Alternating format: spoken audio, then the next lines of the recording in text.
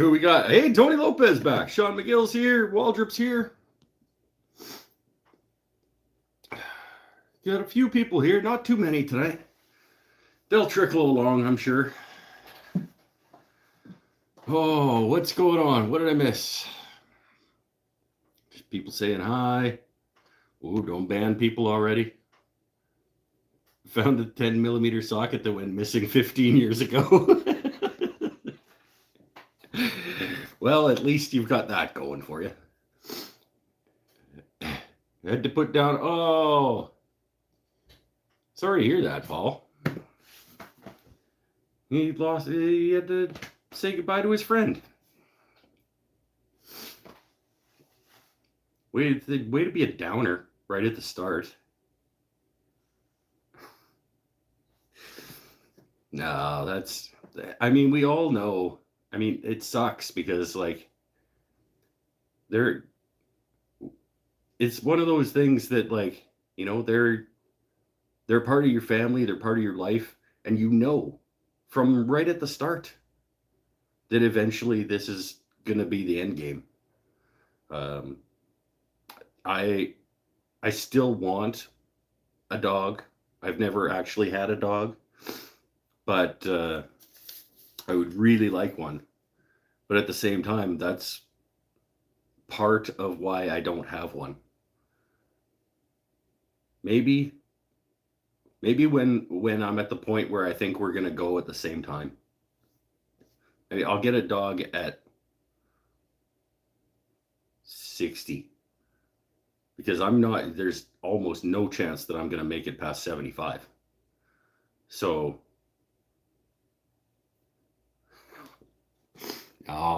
let's not talk about depressing things. Let's talk about fun, happy things. Bill Krulik from Opossum Creek, Tennessee. Go Vols.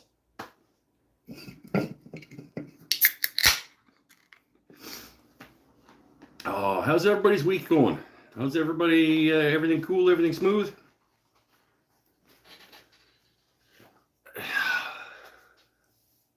It's getting warm. I'm not sure that tonight is turning show or not. I thought it was going to be, but now I've been out here for about a half an hour. And I'm not convinced. I looked it up for my American friends because it always comes up. And the weather always comes up. So it's about 32, 33, which is about 93-ish. For my American friends, which means, and that's outside at the airport temperature, which means in my shop, we're probably pushing up close to 100, 97, 98 probably, because my shop is always a few degrees, at this time of night, my shop is always a few degrees hotter than it is outside because the sun beats on this side of my house. So it's pretty warm for here. Let's not oh, that's nothing. It's 115 degrees in the shade here. For here, that's hot.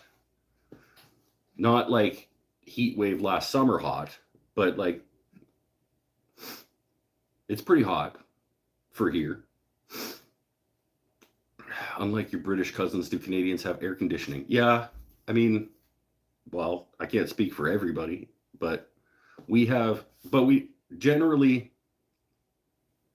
you have to be at a certain socioeconomic level to have central air that was built into your house.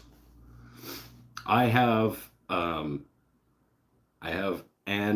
air conditioner that is one of those floor standing ones with the hose that goes to the window that does the living room. So funny, I joined in right as you were talking about my eras. Desert living.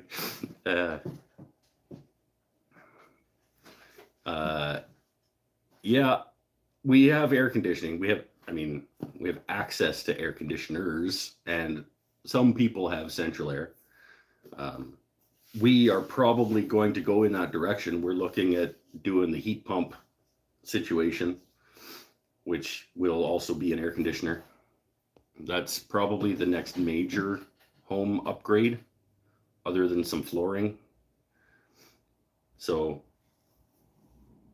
with a heat pump slash AC, because we're ducted for our heater, which is, and we're we're at the like, what would it be, like upper middle class in terms of the way that our house was built, because we don't have electric baseboard heating. We have gas furnace, so we have ducting as opposed to just radiant heat from baseboard heaters. So I can get a heat pump and put it through the ducting, and it'll also be air conditioning, by my understanding. So that's where we're gonna get to eventually. Maybe this year, maybe next year. We've got some flooring to do first. I want to break out a wall to open up an area of the house.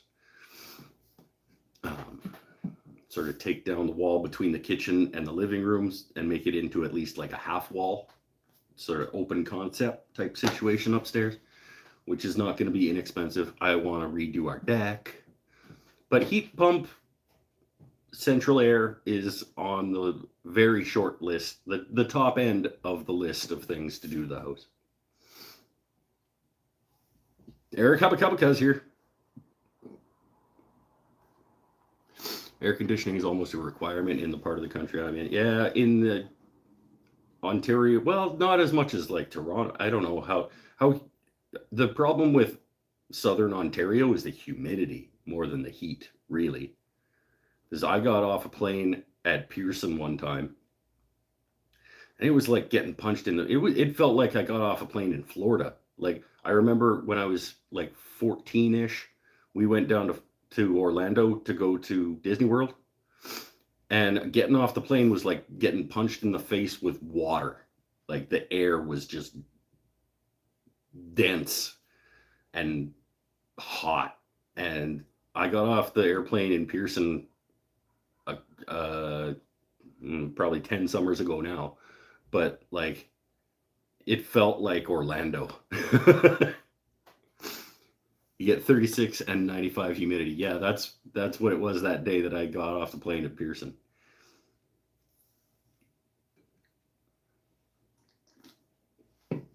We're not too bad for living right beside the ocean. We're actually not too bad for humidity most of the time here. I want to say it's about 40% right now. I don't know if that's bad or good or whatever, but it's yeah, we're 32, 33 at about 40% humidity, and that makes my shop borderline unbearable if I'm not used to it yet this summer. End of August, when I've gotten used to it, different story maybe. But right now, like, I'm gonna have to go get a head rag,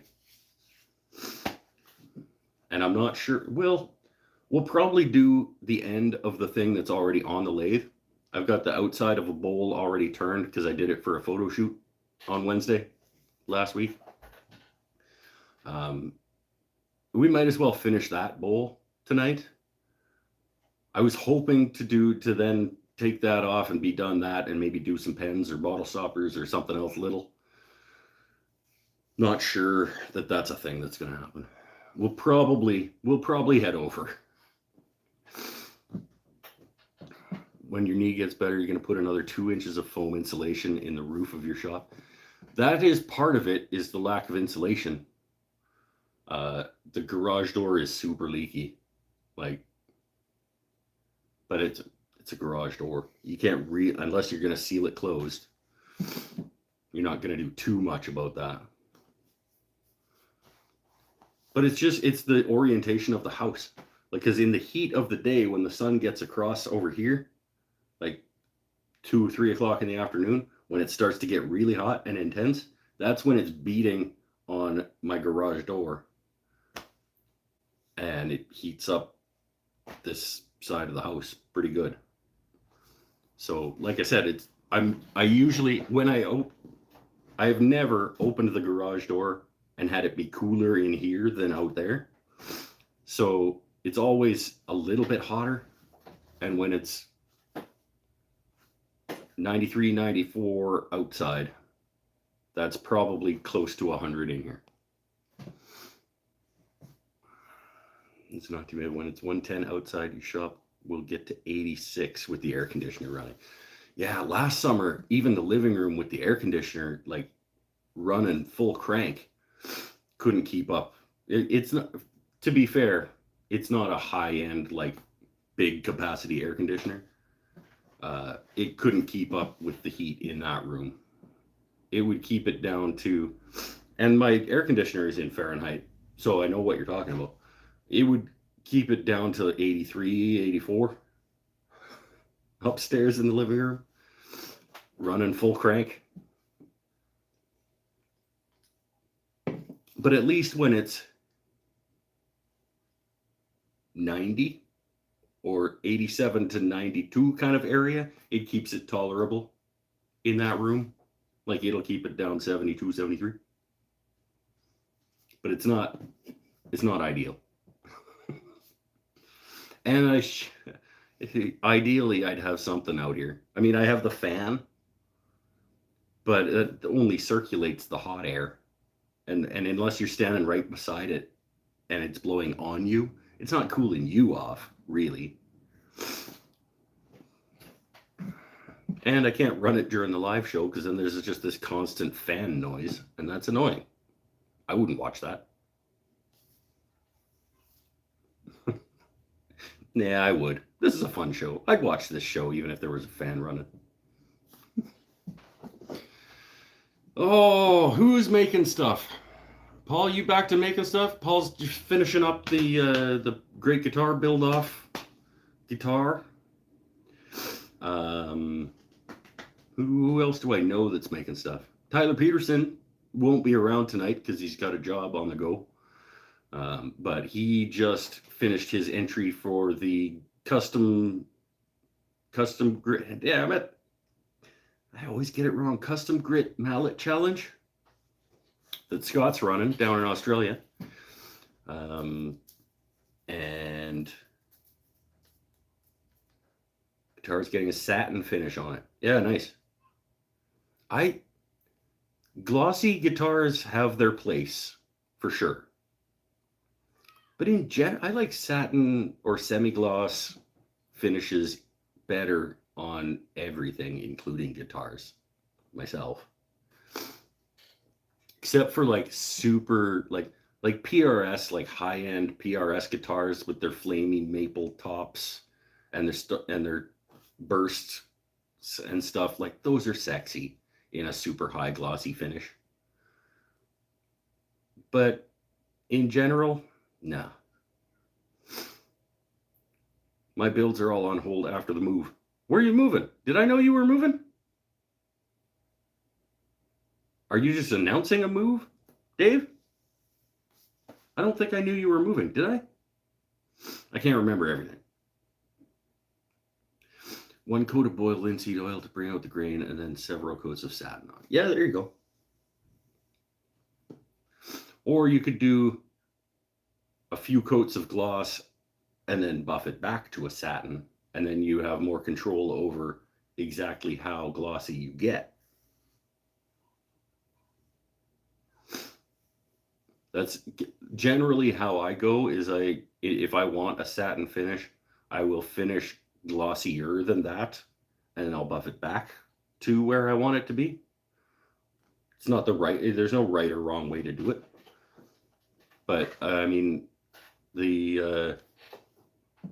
my first guitar, I ended at a satin, I would say, but I used semi-gloss lacquer and built up coats and then buffed it back with like steel wool and stuff to get it back to satin-ish.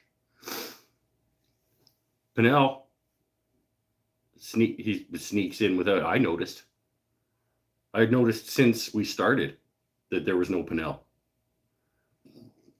That's a demerit for being late. It's going to be noted in your employment file. Did an egoscope for your daughter. It's more complicated than it looks. Well, I don't even know what that is. So maybe a little bit of explanation, but that might not help either. I don't know what an egoscope is. So being more complicated than it looks doesn't really help because I haven't seen it. But almost everything in life is more complicated than it looks.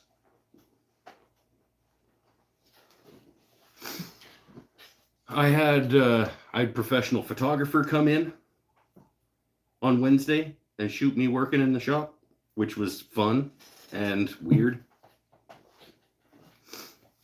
It's a kaleidoscope. Oh, okay, cool. That word I know. Is it shaped like an egg?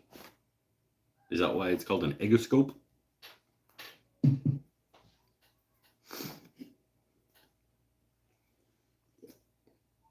It's a kaleidoscope that Penn State sells in the shape of an egg. Okay, neat.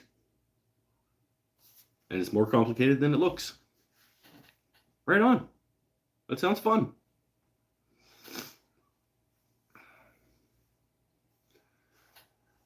Oh, this photo shoot that I did on Wednesday with my professional photographer friend who came in to shoot me working in the shop.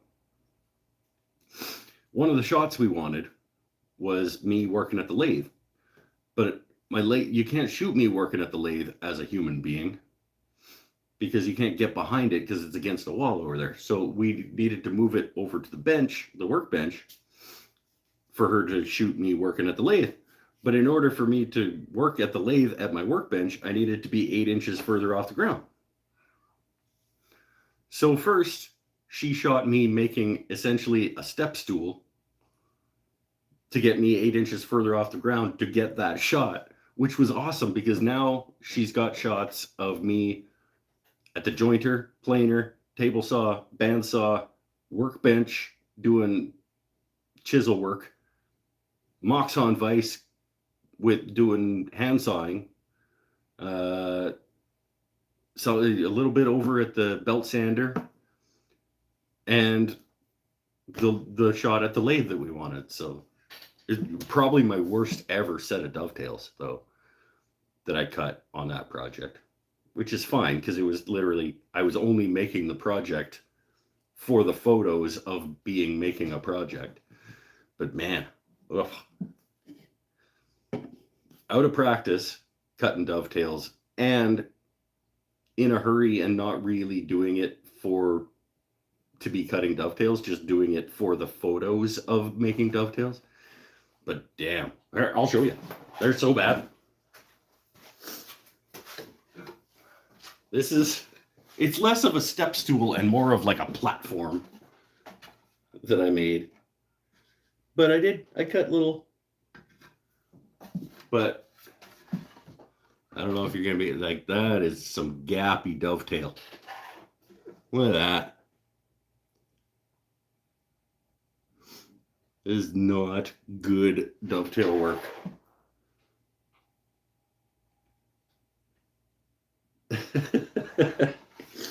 But all it needed to do was hold me off the ground 8 inches for like 7 minutes.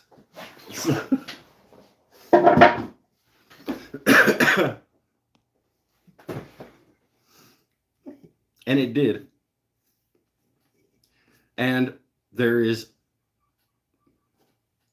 a 90% chance that photo shoot turns into a 2023 Mike's Wooden Things and Stuff calendar. So that'll be cool for whoever wants it. Because I'm sure that there's at least a dozen different enough shots to make a calendar worth of shots. And it'll be fun to make that. And and the 6 people who buy it will have a very limited edition thing.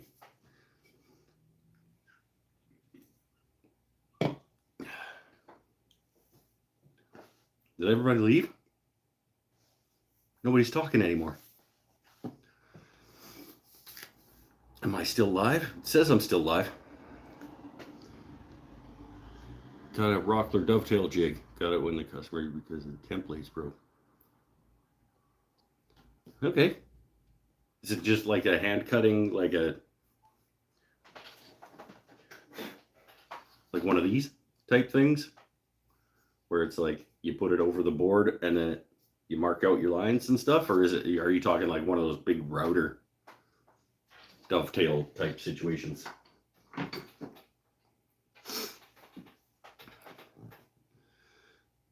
Sell them with your pens? What, the calendars? Oh, I'm just gonna sell them by themselves. Mike's Wooden Things and Stuff 2023 calendar, $49.99. No, it'll be. Probably what I'll do is I'll make it a tier. Everybody that supports me on Patreon at a certain level will probably just get one. And then I'll make them whatever my cost of making them is, plus shipping and a couple of bucks. Because this is not going to be a money-making endeavor. It's just going to be for fun. I'm watching you while feeding your goats. Nice. Beckham's back. What up, yo? How you been, my friend? Wow. You get busy for a bit? Or did you just like forget that it was Mondays and now you finally remembered? Or like we moved to Monday? I don't think I've seen you since we moved to Mondays, my friend. How you doing, sir? You were on vacation for like 2 months? That's a sweet job. And also, I'm pretty sure they had Wi-Fi wherever you were. I don't know what you went on, where you went, and what you did on vacation, but I'm pretty sure you could have pulled your phone up and gone on YouTube and watched this once in a while. That's bad friending. Pinnell watched on his vacation. Eric Witzel's here too.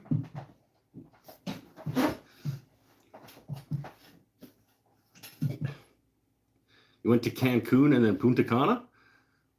They have internet in both those places. Unless you're up at the top of the damn pyramid, and even then, you're probably on 5G. Oh, that would be sick. That's now a new life goal. I want someone to take, how would you do it though? You'd have to have two phones. Whoever's with you, you use their phone to take a picture of you watching the Mike's Wooden Things and Stuff show on a pyramid.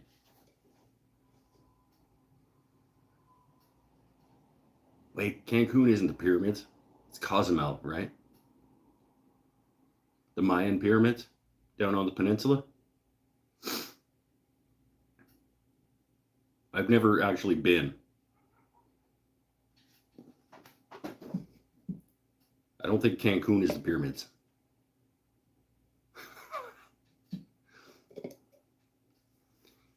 Bikini babes on the beach or hairy Canadian guy drinking beer. But the bikini babes are still going to be there after the show. Like, and especially, he was there for 2 months. Like, you could, well, Egypt is a different pyramid. The Egyptian pyramids and Mayan pyramids are two different things, Eric.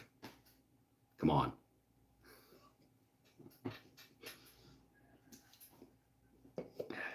Down on the peninsula, the part that goes like this at the bottom of Mexico, there's a whole whack of pyramids and stuff down there. And I've mixed up Cozumel and Cancun, I think. Because Cozumel is down there with the pyramids.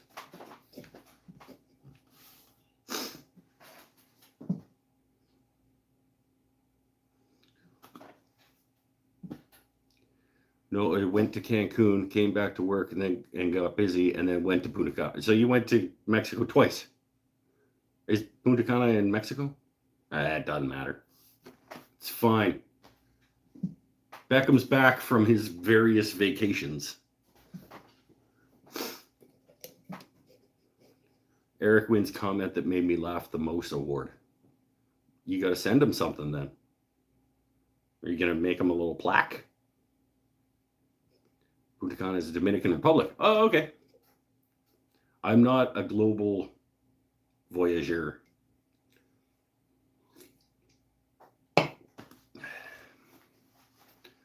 Not a world traveler fella. I'd like to be, but there's some restrictions in place. And one of them being financial. Oh, I don't know, guys. I don't know if I'm going over to the lathe or not. What are you turning tonight? Just perfectly bang on time, Beckham. I was going to turn out the inside of the bowl that I started turning during the photo shoot that I did last week. And then my plan for the show was to turn out the inside of that bowl, get that done, and then throw up a couple of pens or whatever and just like keep messing around on the lathe for the night. But now that I've been out in the shop for about a half an hour getting set up for the show, got to finish that bowl. Okay, we'll finish the bowl. But after that, I don't think I'm going to keep going at the lathe.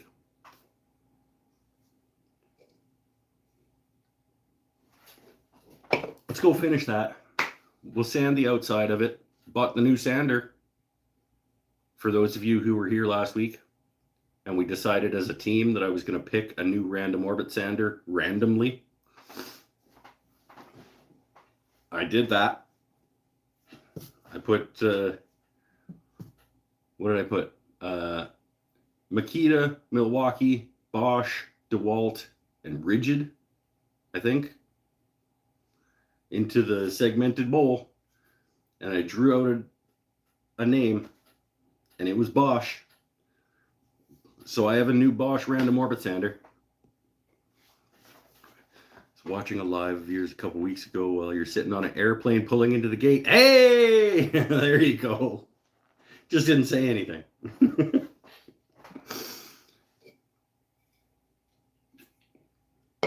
So we'll try out the new Bosch random orbit sander on the outside of this cherry bowl, and we'll flip it around. I have the shape. I just need to sand it, put a recess in it, flip it around. So we'll finish the bowl. We'll finish the photo shoot bowl. Couple little lines in it because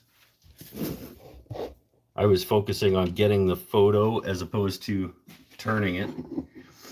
So I'm happy with that.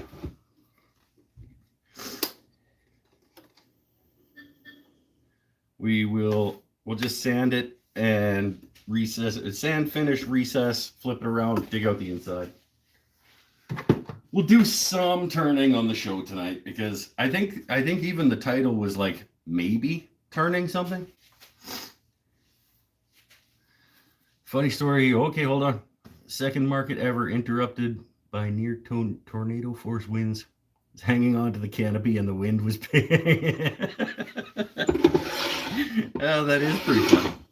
I mean, probably wasn't at the time, but I mean, to me, that's pretty funny.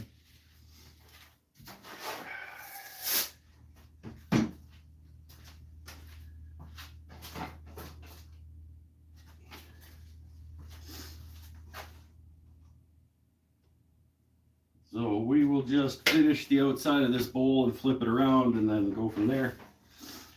Hopefully everything will go cool and smooth. And just finish this off. And I don't know, maybe at that point I'll be into turning and we'll do something else. Cannot say for certain.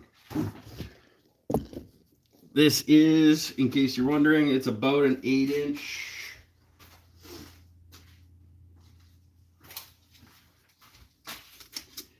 Yeah, it's about an 8-inch cherry bowl with 2 1/4, I want to say, deep.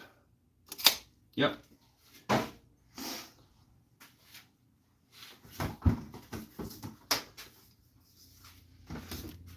Loud noises. We're already doing loud noises. I can't really say that. We're half an hour in already.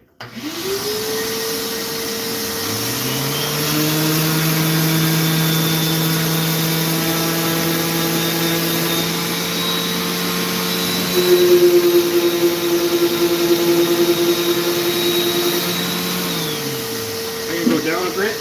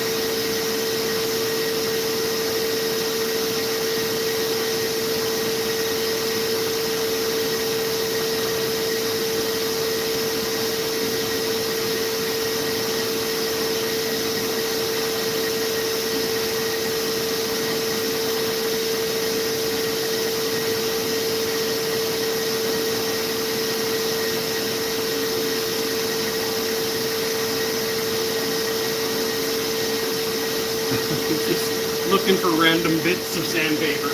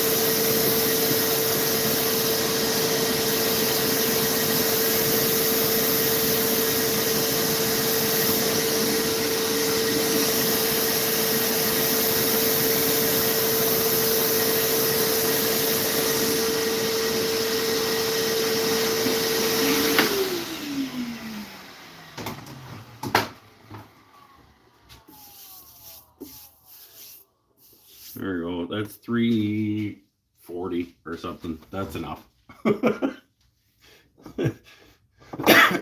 Don't come here to learn.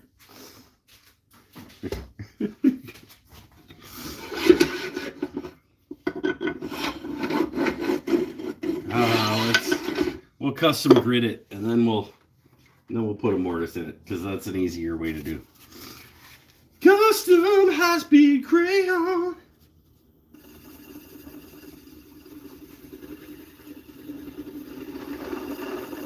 This is the high-speed polish.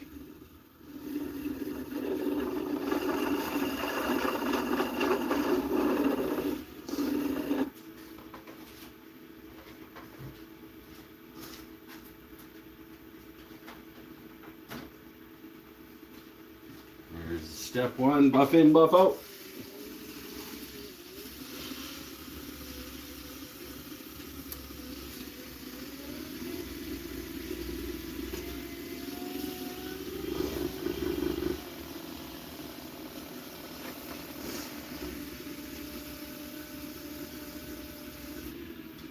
This is a final sanding and finishing system all in one.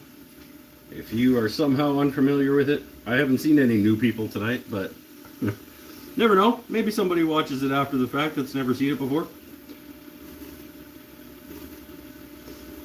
Custom grit finishing system. Almost the only thing I ever use on the lathe anymore.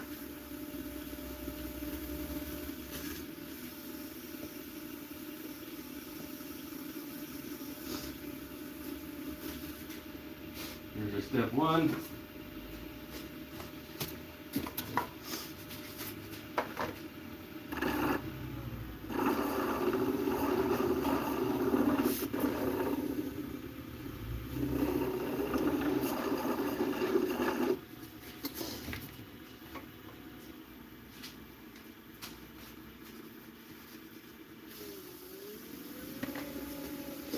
Here's our step two.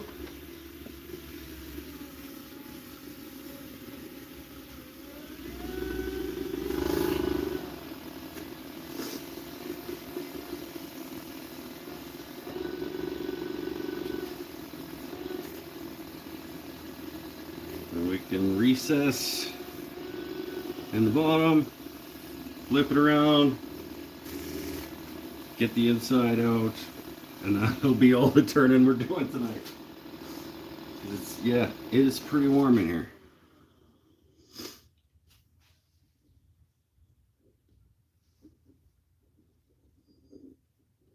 I like that shape. I don't know if you guys ever actually saw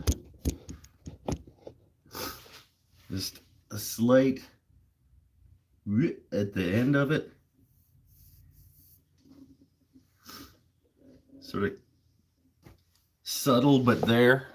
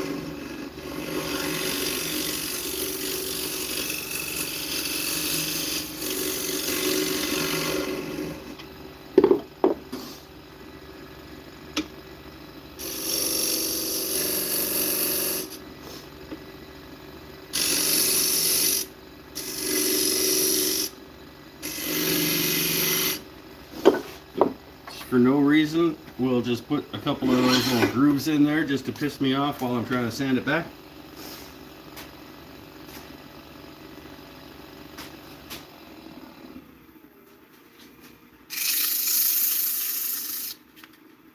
and so that the custom grit will get stuck in there and then bother me later as well. It does add a nice little feature to it, though. I shouldn't get all pissed off at myself for doing it. It makes it at least visually interesting, even though it's really only a functional thing.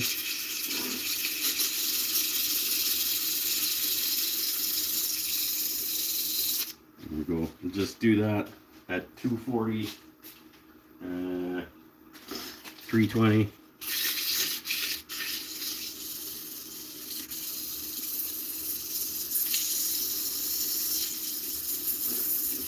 Don't come here to learn.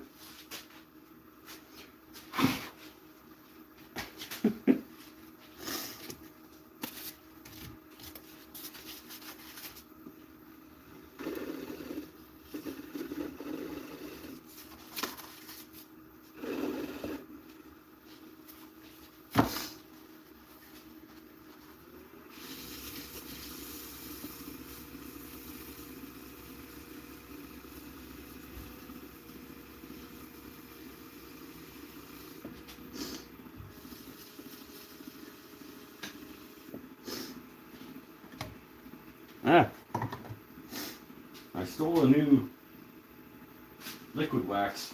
I don't know where I put it now.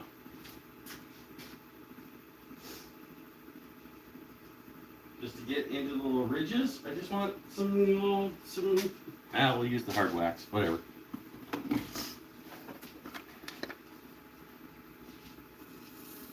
There we go.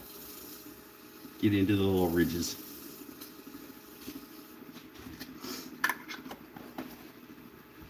Okay, done the bottom and the outside.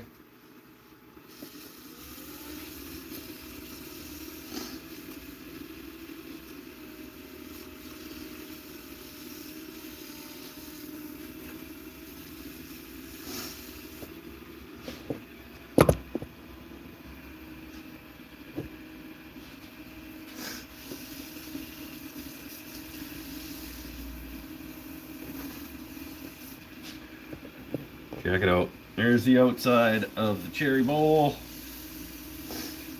Recess cut and decorated.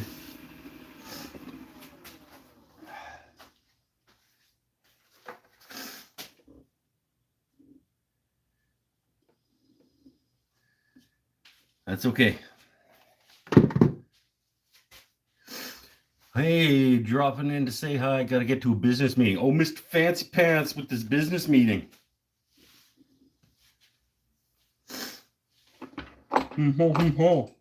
Make sure you have your pinky out while you're talking to your business friends.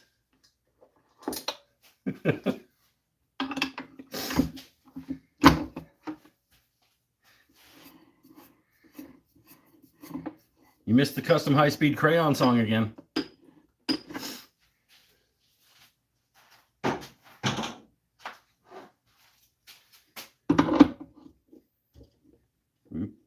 Go on. It keeps getting cross-threaded on there.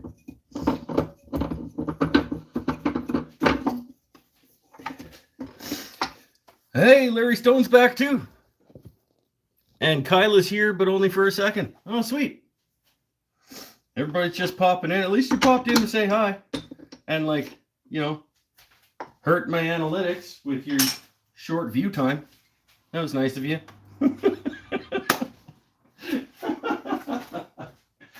Oh, now I'm funny.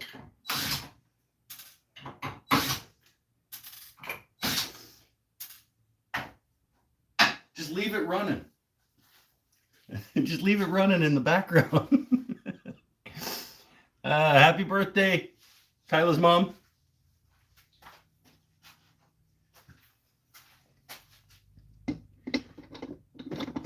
Just put it on at the birthday party.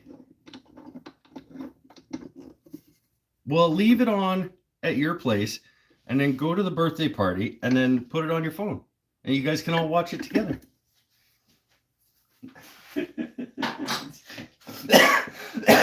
Happy birthday, Mom. We're going to watch this idiot.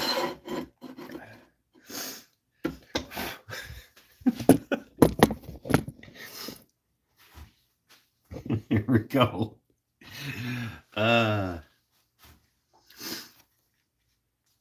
There we go. Spin, spin. Get the inside out and be done because I'm hot. Don't need that. Don't need that. Might need that eventually. Definitely gonna need this because I'm not sure. This one could come off too, and it'll end the same way that this one did. This show ended like this. We'll see how this one goes. Let's take a break first, actually. I need to mop my head for a second, and then we'll take the inside out of that. New beer.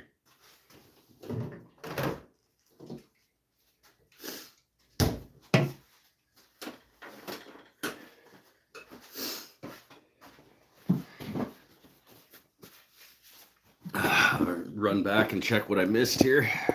And we'll get the inside out of this. Yeah, just leave the tab open. See, McGill knows. The vinyl arrived. Oh, sweet. I'm going to get a new shirt. Business chili. Oh, Bennett's here. You got to be roasting in his shop. Yeah, it's pretty warm, dude. And you know that the shop, Bennett knows that the shop is hotter than outside.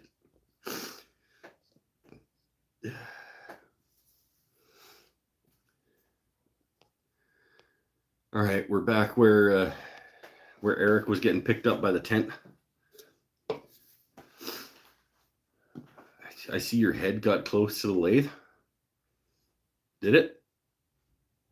No, not super close. While it was spinning, right? Don't come here to learn. I'm usually pretty good about keeping things away from spinning things.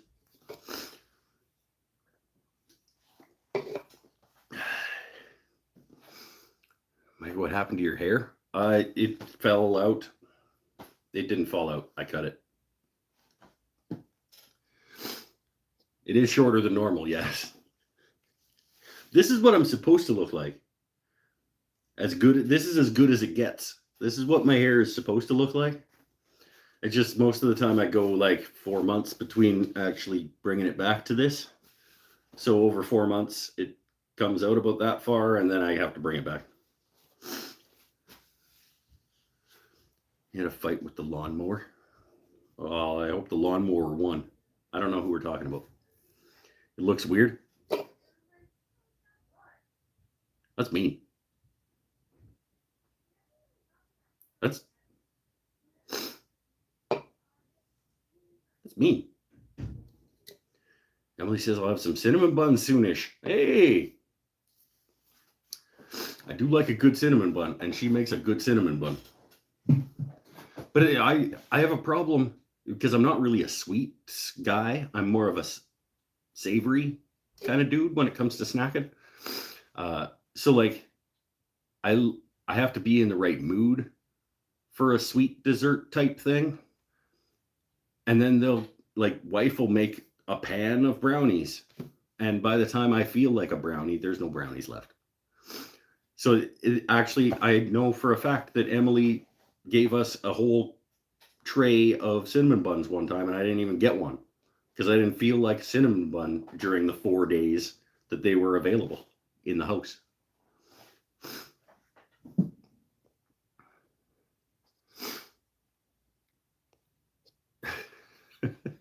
All right. Later, Chili. Have fun at your business meeting. Be in business, Chili. Go make some money.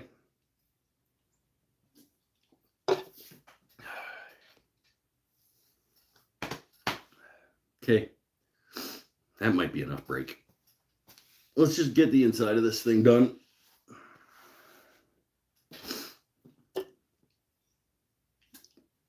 I didn't even open my new beer. Oh, if Chili's leaving, I'm going to. All right. Later, Mike. Only came here to talk to Scott. Bye.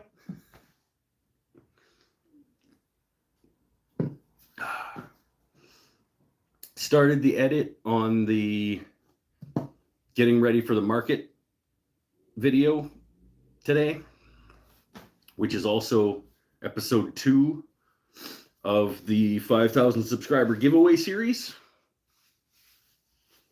So that'll be out late this week, early next week.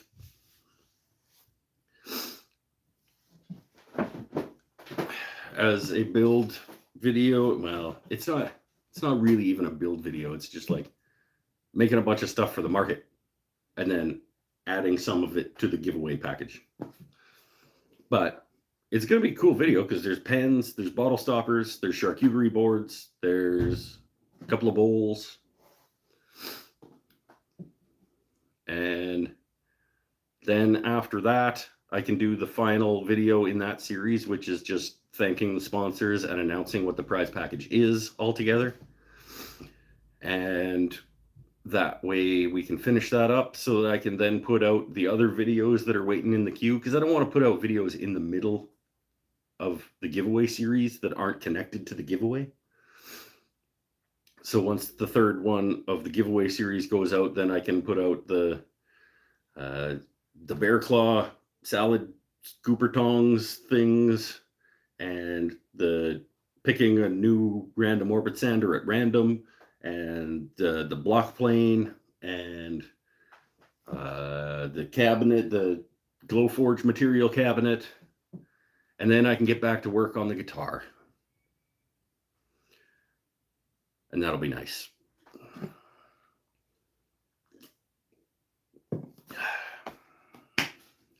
And then I want to make a piece of decent furniture this fall. Don't know what that's going to be exactly yet, but some kind of piece of furniture that's of high quality. Maybe the shop stool. Let's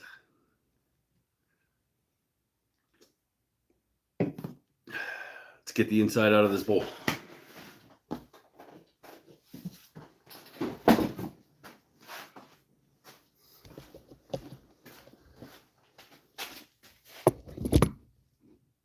All right, later, Kyla. Say happy birthday to Mom for you. Mom for me. Well, say it for you too, but. Oh, I'll get back up.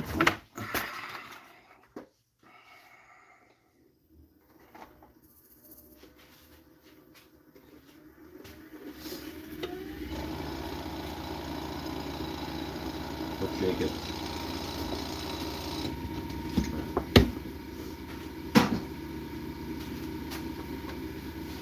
There we go. Inside out. We're only going a couple inches deep. We're good.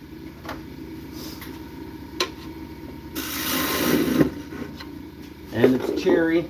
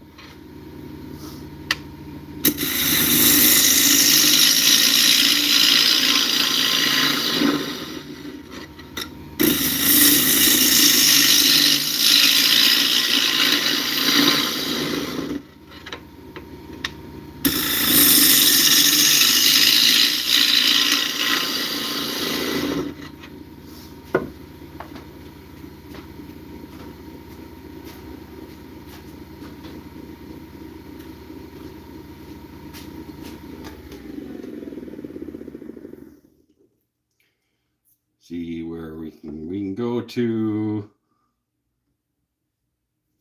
let's call it 1 and I'm on the wrong side. Let's call it 1 3/4. It's almost exactly 2 inches deep after all the facing and stuff. Do 1 3/4. We'll leave it a little bit shy of there. We're over 1 inch deep already. Let's send it.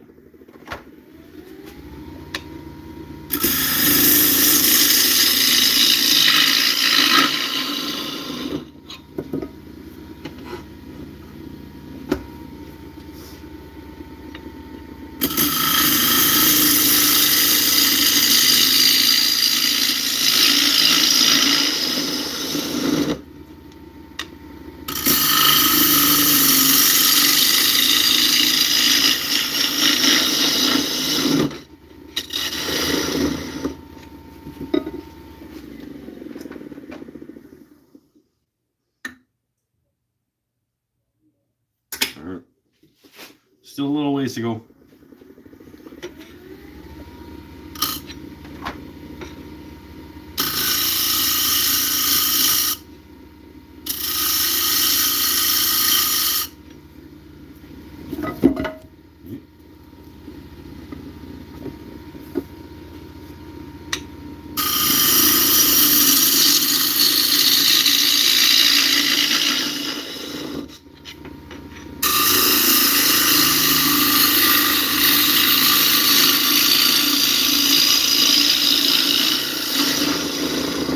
Yeah, those are hard cuts. Those are hard cuts, and I should just settle down. I know you're hot and sweaty, but like, that is unnecessary. You shouldn't be taking off like over 1/16 per pass here. Like, that's...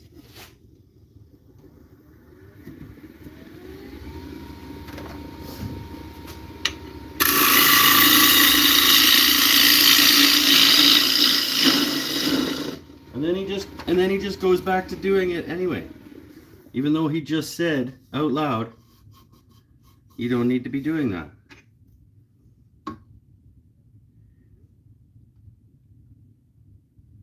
Still got a ways to go though. Let's just move away from the bowl gouge. We'll just go over to this thing for a little bit. Because, yeah, I seem to be having trouble convincing myself to settle down with the bowl gouge. So let's just...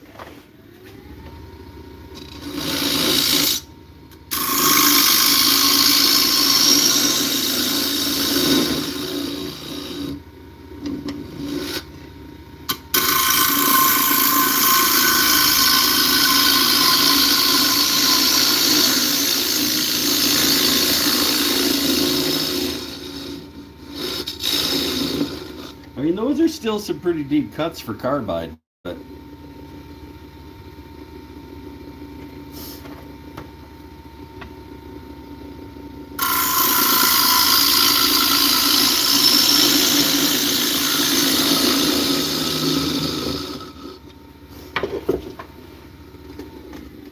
gotta be close at this point, I think. Yeah. Oh yeah, I took a little bit off the edge too, didn't I?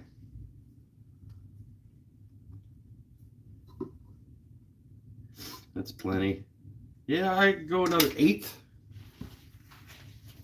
Let's thin out the walls a little bit.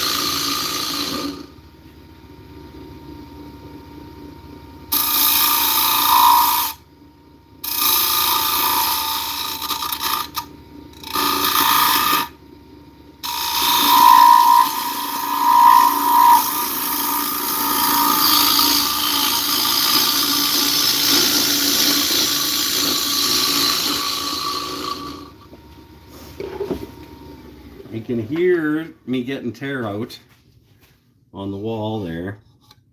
At least I can hear me getting tear out on the wall there. I don't know about you guys. But if I come in and do a clean sweep with the bowl gouge, now that I don't have to take giant cuts to get rid of material, that's plenty. I try to get one nice clean one, good down to the corner, relatively flat. I could theoretically just do one nice light one if it works properly and get around that corner and flatten that off, and we could be done. It's not a high percentage chance that that happens, but it has happened before.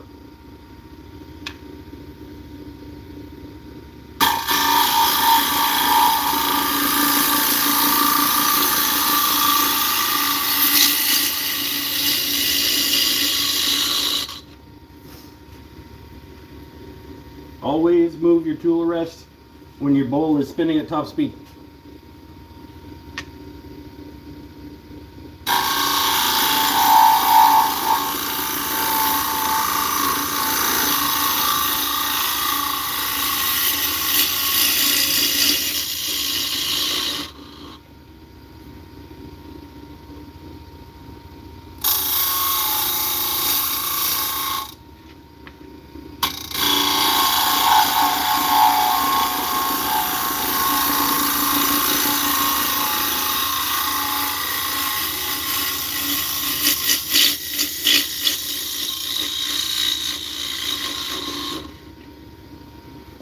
Not real smooth today in terms of making that corner, but shape is okay.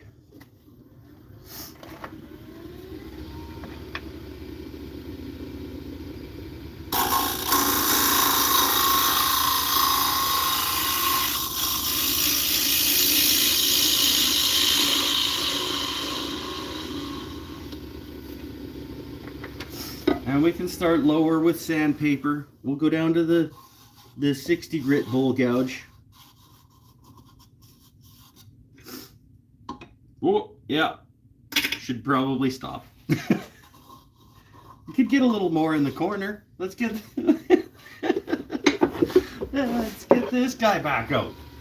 We'll dig out that turn a little more.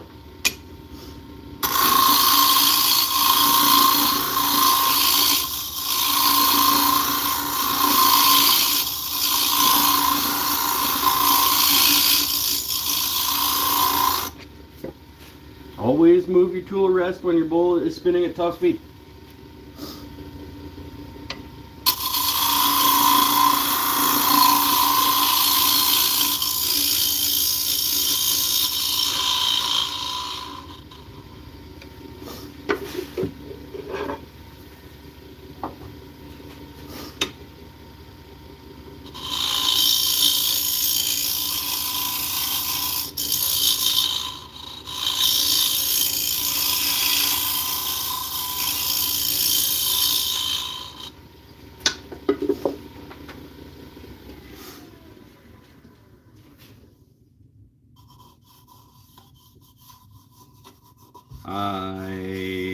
I'm gonna stop.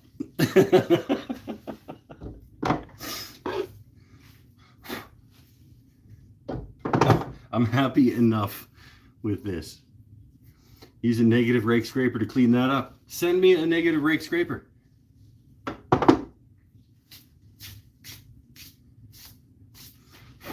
I'll be all over it.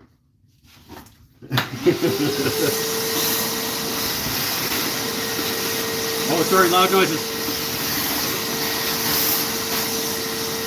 That's some big cuts.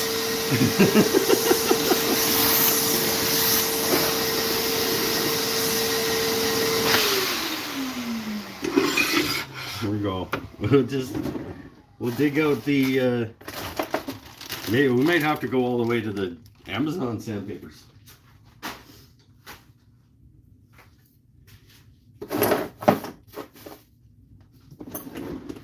get the drill out. We'll get those ridges gone. It's all good.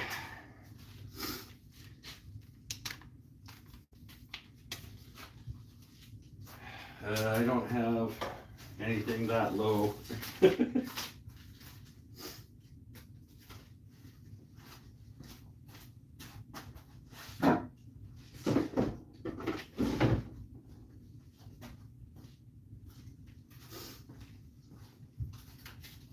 Here we go. We'll start down at 80.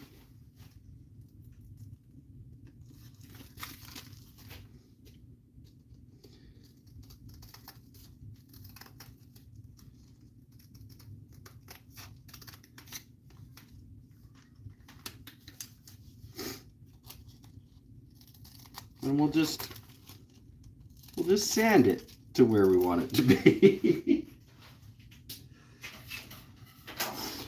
I always come here to learn. Loud noises.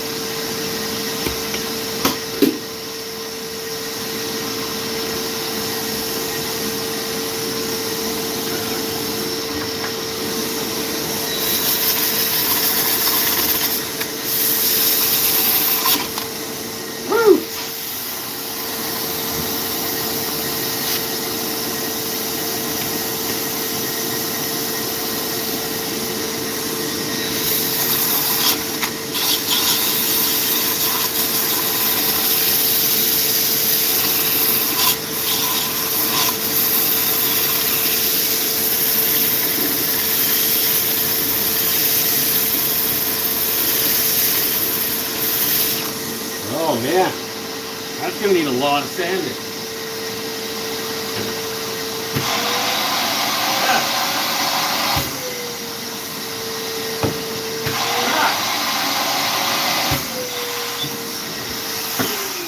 Vacuum trying to suck up a bag of scraps over there.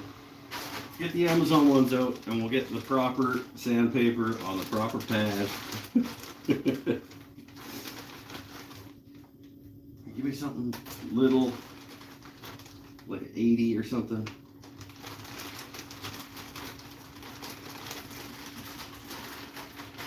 This stuff is so crap though, like, it's just gonna get demolished immediately.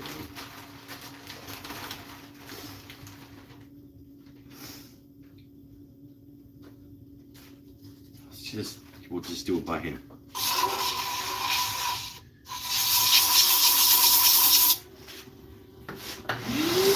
There we go. Hey.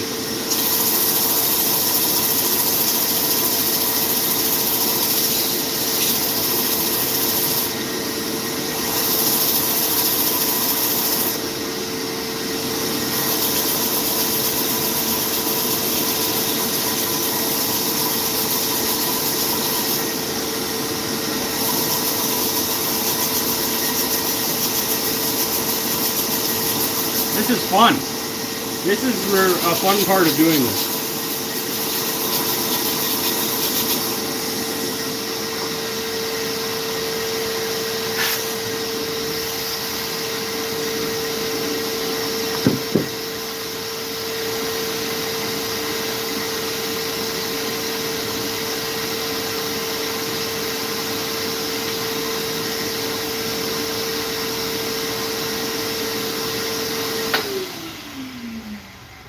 Got to restock on my sandpaper for this type of situation where I need to go low. It's actually not too bad anymore. I could probably get away with like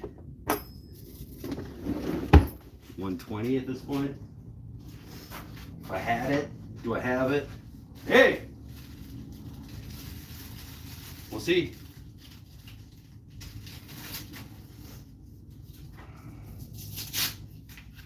Considering the only reason this project exists was to get a photograph of me turning a thing by a professional photographer who was in my shop.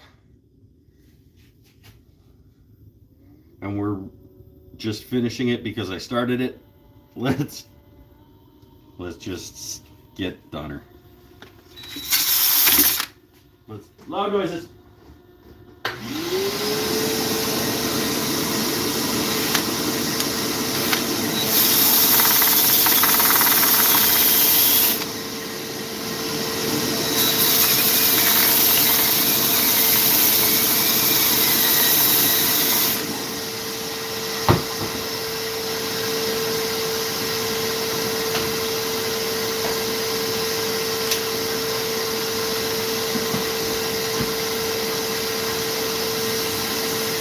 Oh, hot and sweaty.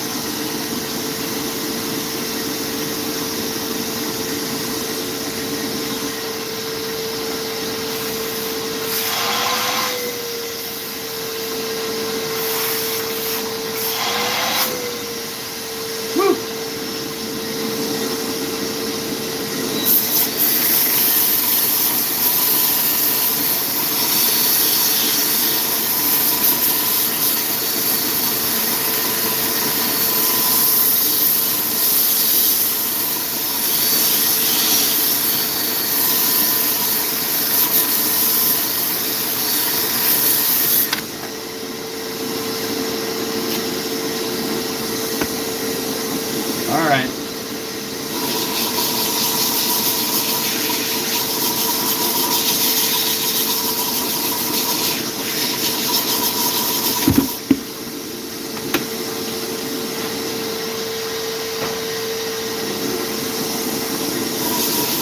Make better cuts, and you don't have to do that.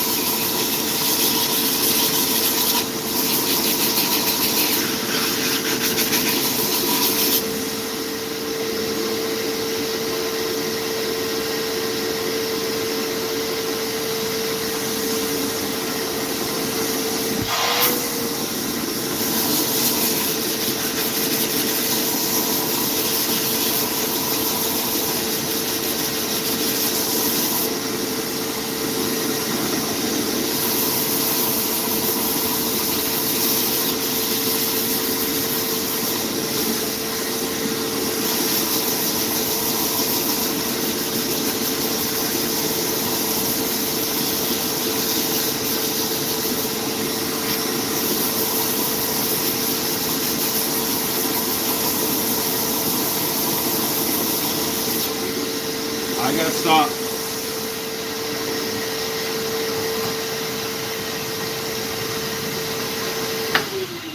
I have to take a break. That's 150. Somebody remind me later that that's 150.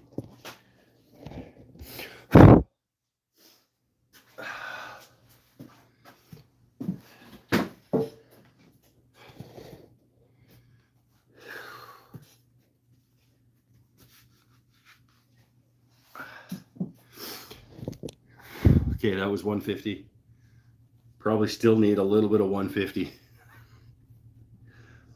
And then we'll do, thankfully after that it gets easy, because then I can just do quick 220, 320, 340, whatever. And then the custom grit, and maybe this is another one of those times where I just oil the inside and I'm done with it instead of buffing in, buffing out with the grit. I don't know.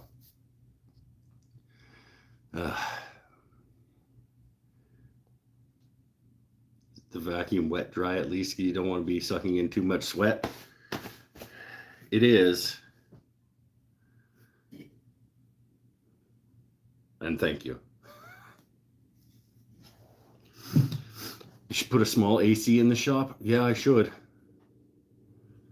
But honestly, it would have to be a relatively large AC for the shop, because cubic feet wise, my ceilings are like 12 feet. So to cool the space, like it's a one-car garage, so it's a small shop, but like it's a fair bit of cubic feet, and it's not sealed. Like the garage door, it goes up and down and has gaps in it and stuff. So like, maybe one day. It's not a high priority. A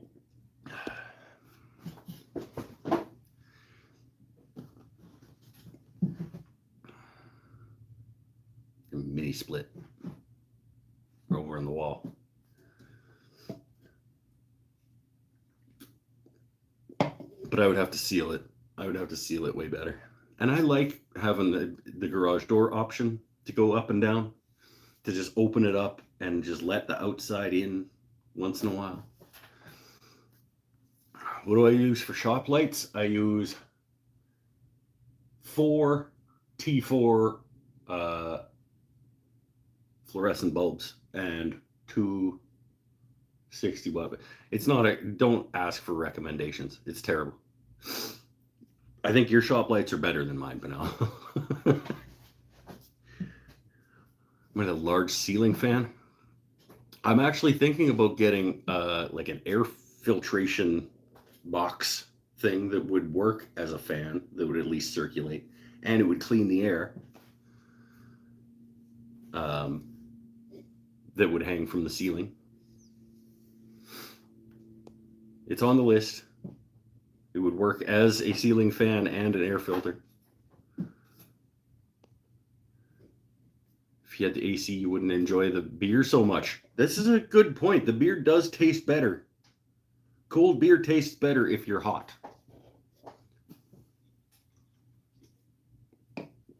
Blower squirrel cage fan helps move air. I have fans. I just don't run them during the live show because they're like audibly intrusive. I've done it before though, where it's like, too bad for you guys, I'm turning the fan on.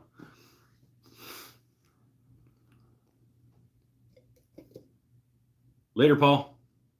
Happy physio.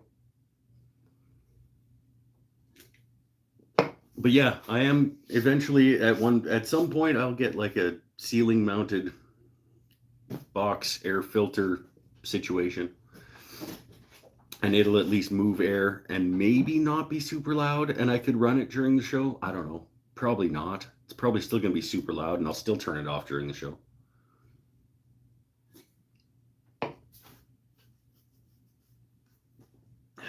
$150 I was at.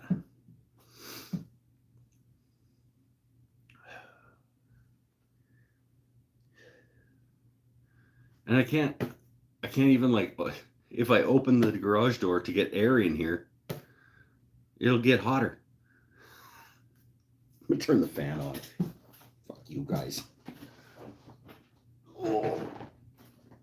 We'll put it on 2. It'll at least circulate the air.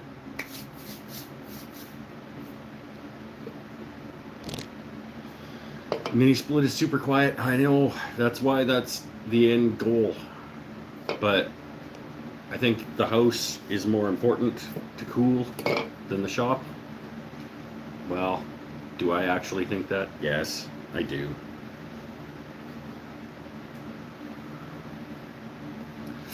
That's okay, Sean? We can live with that noise? Okay.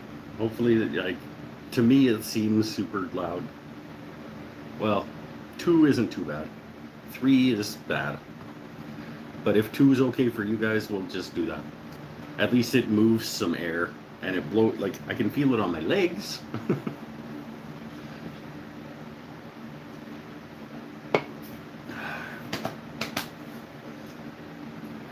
150. You go 240, 320, custom wax.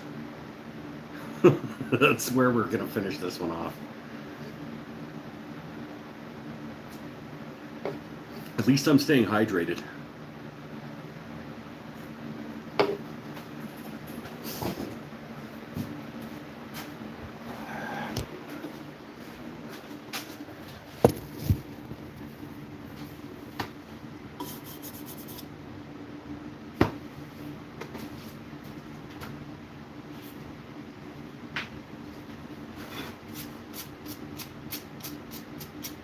Alright, that was enough 150 if I'm only going to 180.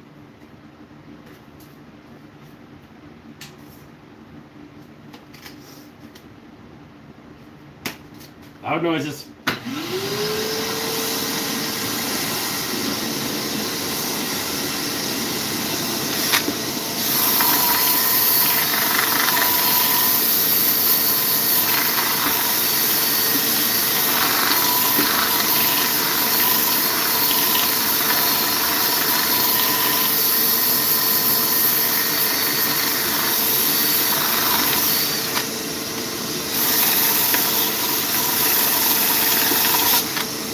Why is it grabbing there?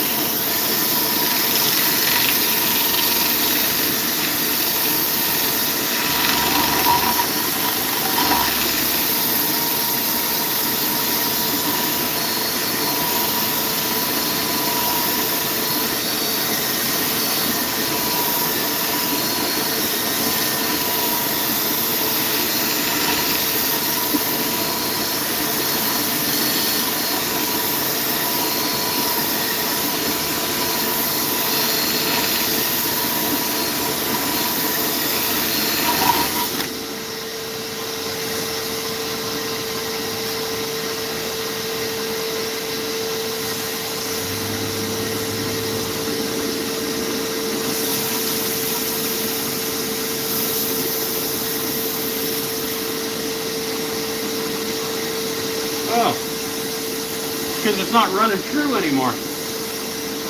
It's like slipping out of the chuck. It's like wobbling. That's why it kept grabbing.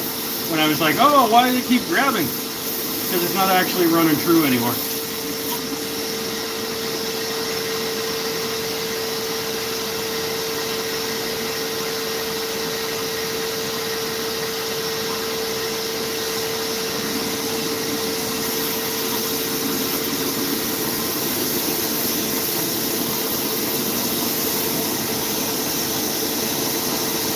And I don't care.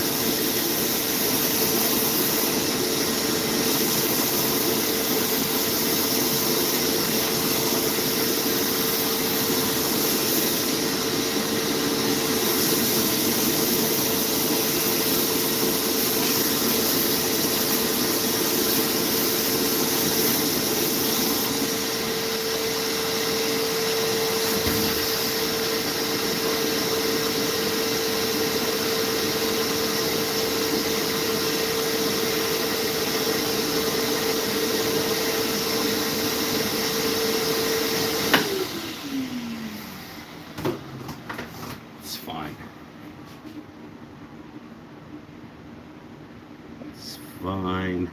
Only a wood turner would notice. And why would a wood turner buy my bowl?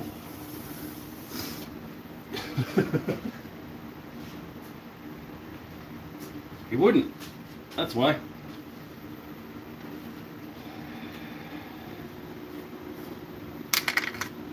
I'm going to go straight to the custom non-liquid wax. Because if it's spinning, it'll drive it deep enough that it might as well be the liquid wax. Because the friction.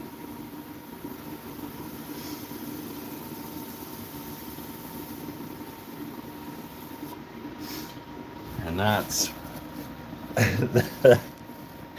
that's what this one's getting. I'm in the bottom gear, so I can't get it spinning as fast as I necessarily would want it. And I'm going to convince myself that I don't care.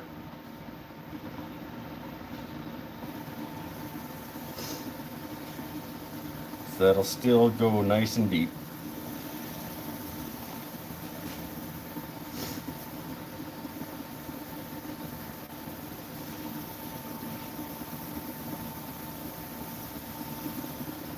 And the outside is finished up to like 100,000 grit or something stupid anyway, so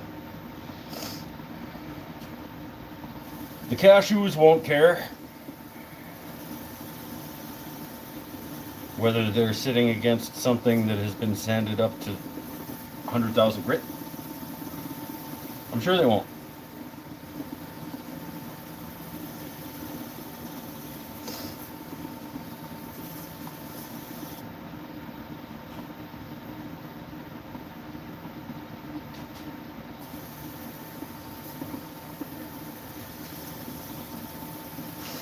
It's not that much off true, honestly.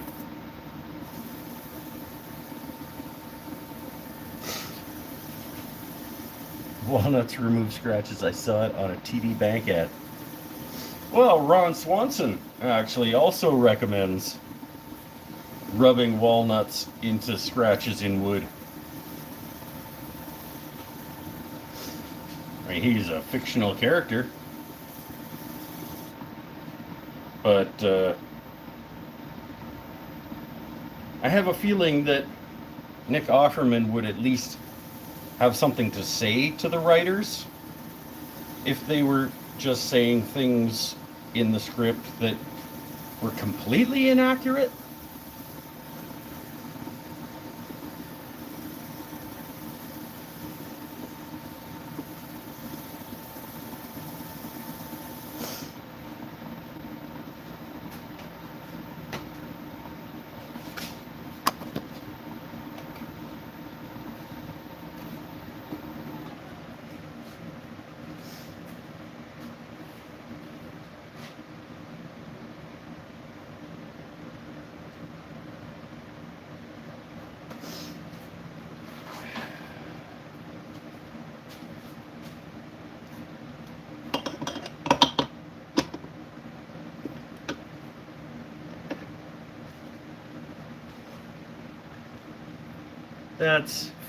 That's fine. Honestly, come on.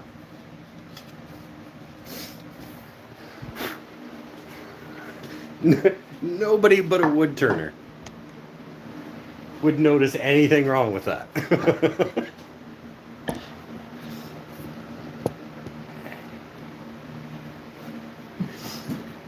And even I'm not necessarily a wood turner, but even as someone who turns wood, if I went up to a market table, I would have a hard time noticing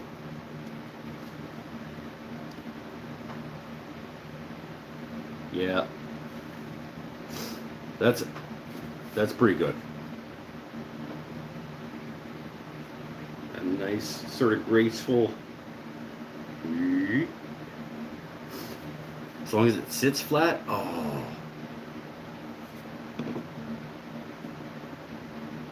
does flat-ish count? Well, my workbench isn't flat. It's got epoxy splooges and stuff on it. I bet it would sit flat on a kitchen table. It's pretty flat. It sits pretty flat.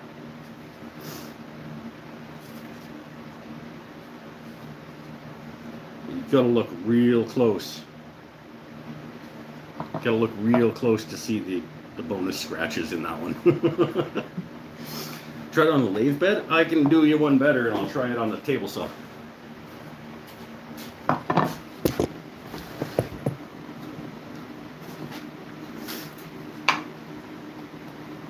Yeah, that's not moving.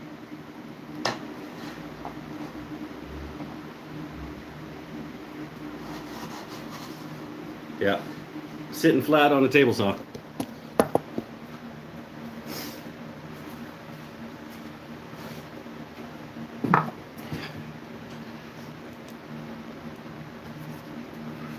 See, it is a nice grain. I've like the cherry blanks that I get.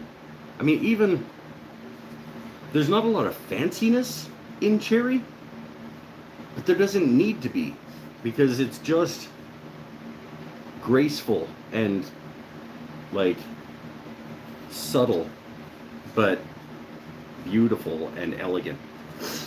Cherry is,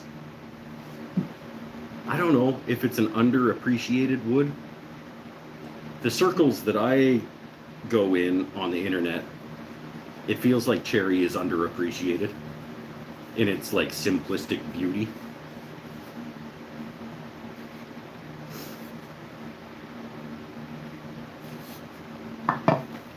It's a good one. So then you see turning. Is that delicate? No.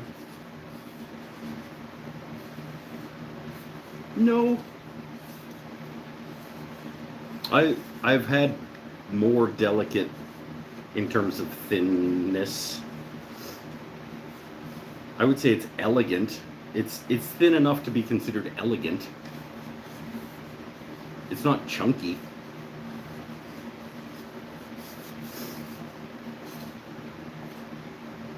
It's good. I'm happy. And it took a whole hour and a half. The outside was almost fully turned before we started. And we're still an hour and a half just finishing it off.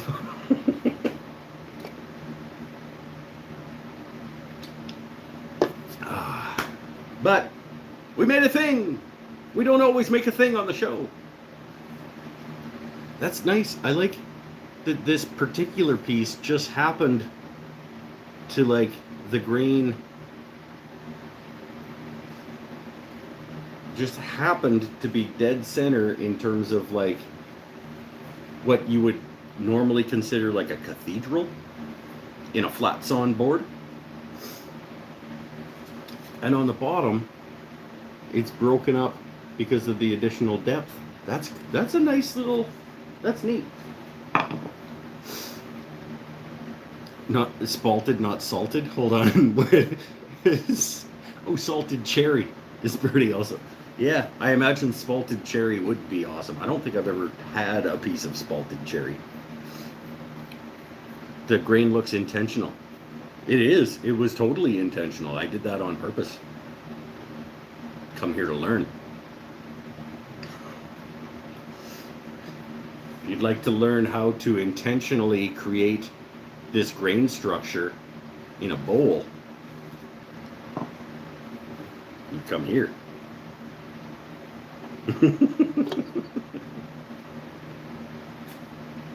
No, that was a random piece. I was talking the photographer that was here on my. I should start using her actual name. My friend Marissa, who was here shooting photos on Wednesday. I asked her. I grabbed a few blanks out and I said, "Which one would you like for me to turn for the photos?" And she picked this one. And I'm looking forward to showing off those photos, man. They're gonna be sick. They're gonna be so nice. If anybody ever, if a professional photographer ever asks you, "Can I come do photos for you for free?" say yes. Because professional photography is awesome.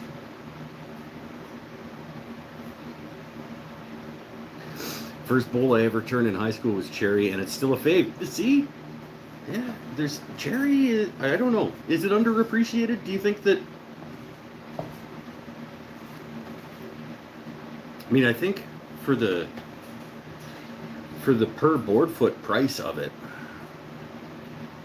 it might be my favorite wood in terms of workability and gorgeousness and everything else combined. For the price, I think cherry is probably my favorite wood. Am I in any of them? Yes, I'm in all of them. It was a photo shoot of me.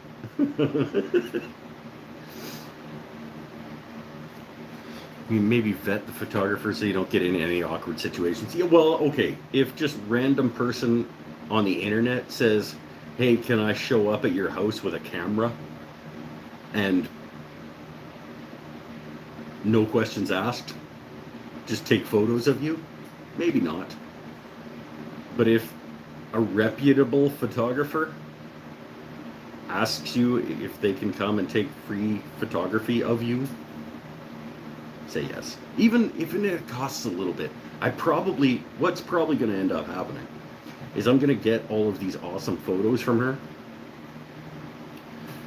for her to help her like expand her portfolio as a professional photographer. And then I'm going to book her for money every time she comes to town to do a photo shoot. Because professional photography is worth the money, depending on how you're using it. If you don't need professional photos, then maybe not. But people are always like, "Oh, why is a wedding photographer so expensive?"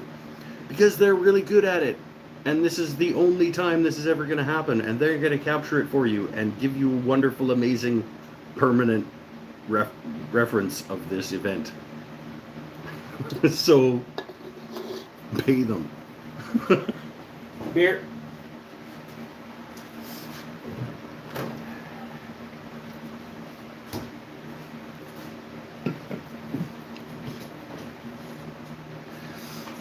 Had a storm take down some pecan limbs.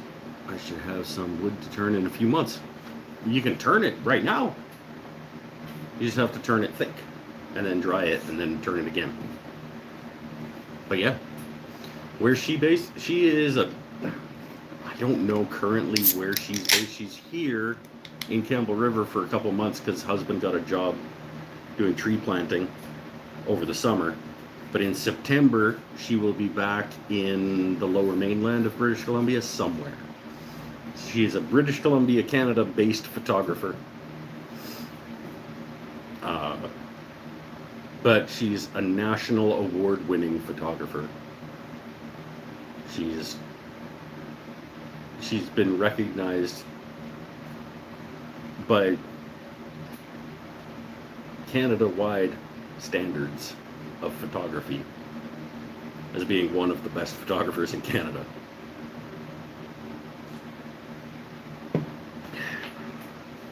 She won when I was working with her at the newspaper, she won a scholarship, bursary or whatever, to go do an internship, a paid internship with Canadian Press from her journalist. Her photography earned her paid time with Canadian Press photojournalism organization to go practice with them for money.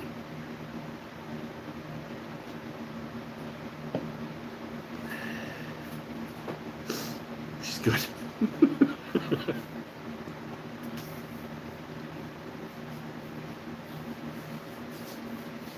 What did I do at a newspaper? Are you that new? Really? I didn't think you were that new. I'm a fully trained up post-secondary degree holding award-winning journalist, my friend.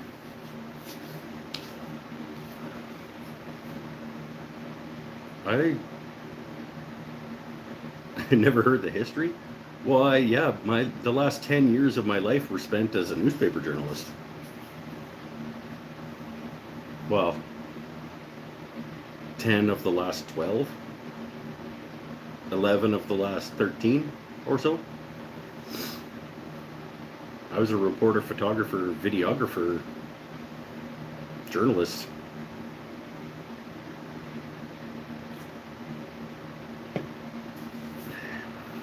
I only left journalism in 2021.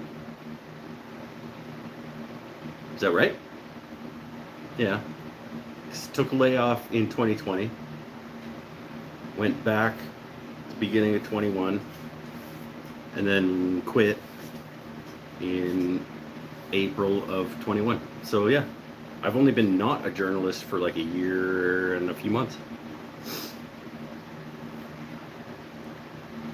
My wife was a warehouse manager, and my oldest daughter was a machine operator in a newspaper. Hey, cool. Got an in-law who teaches master photography courses. Truly good photographers are worth their weight in gold. Exactly. Yeah, I'm an above mediocre photographer. I would say is accurate to say that I'm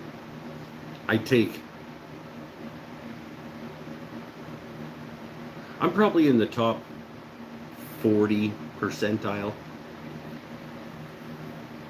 of photographers. I have some talent in photography. I know how to operate a nice camera, and I do take nice photos. But those people in the top 15 percentile of photographers, there's there's a step. There's a serious step between where I am and where people like she is. Yeah. Probably heard of him. He worked on the Vancouver Expo photography book. I probably have heard of him.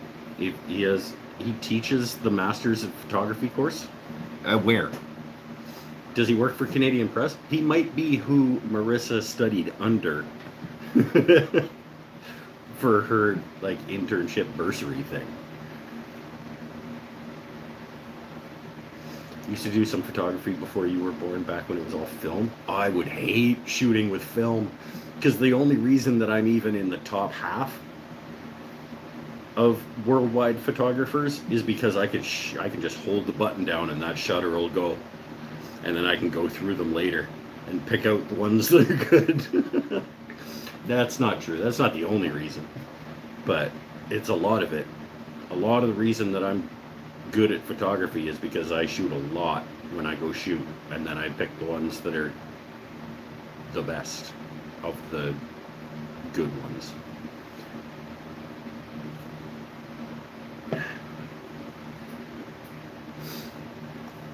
Oh, might be getting close to wrapping this up. I want to keep hanging out. Anybody want to keep hanging out? I don't want to keep turning, but it's starting to cool off a little bit. It's coming down from 33 or 30, whatever that it was before. I can feel it cooler. Well, I turned the fan on. That might have helped. That might be why it's cooler.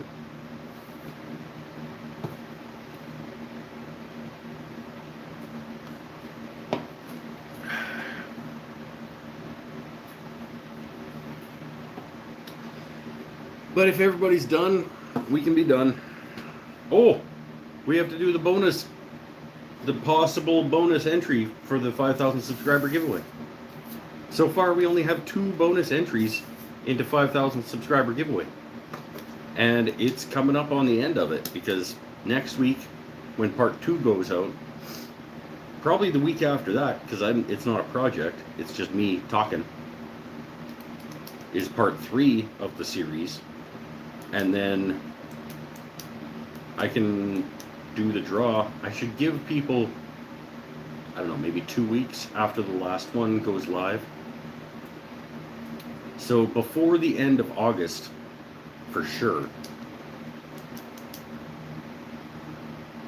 Probably mid-August? Mid-ish August. The 5,000 subscriber giveaway will be happening with the people who are entered. So you only have a few more opportunities to get bonus entries by being on the live show.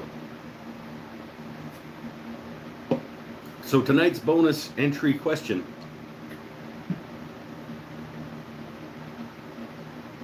I should start coming up with these in advance. First person to answer this question correctly gets a free entry into the 5,000 subscriber giveaway draw. Yes, it can be someone who has won a bonus entry already. And it's the first person that I see with the right answer.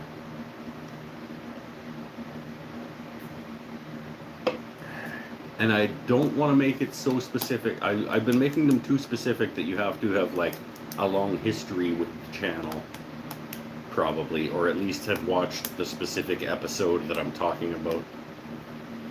So this question is, who made my bandsaw? Who was the manufacturer of my bandsaw that I'm looking at right now?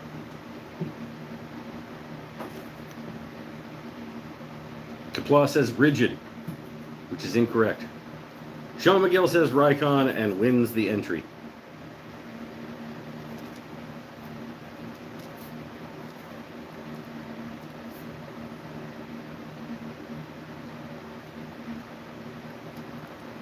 Attaboy, McGill. Quick on the draw that time. There was no like. Sometimes the questions the people guess around the answers, and then I have to give hints and stuff. That one I was just like, let's just. Who knows who made my bandsaw? Remember that because I used the Vade version of it. Yeah, you got the benchtop one, which is probably, if I ever get a second bandsaw, that's probably what I'll do too. Jeff made your bandsaw. It is the table saw that is rigid. That's true. I have many rigid tools. It was, yes, rigid is a prominent name in my shop. I like that Jeff made it. Jeff at Rycon. Speaking of Rycon, would you suggest it after having it this long? Would I recommend the 326? I would have to look right now at the prices across the board for comparable units. When I bought it, it was the right answer.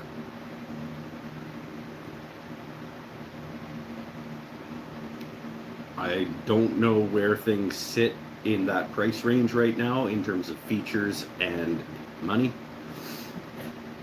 I think, having used it for, I don't know, 2 years, I want something I can stop faster, so I would be looking for something with a foot brake or a motor brake.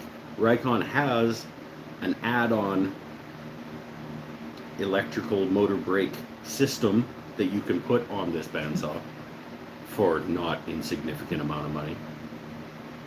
But right now, if I was in that price range for a saw, I would guess that I would probably be looking at, I actually saw the price of the 326, and it's a lot more than I paid.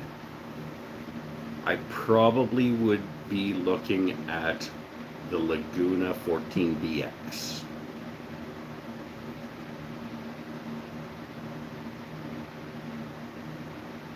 But that's just with cursory off the top of my head looking at prices and features and stuff.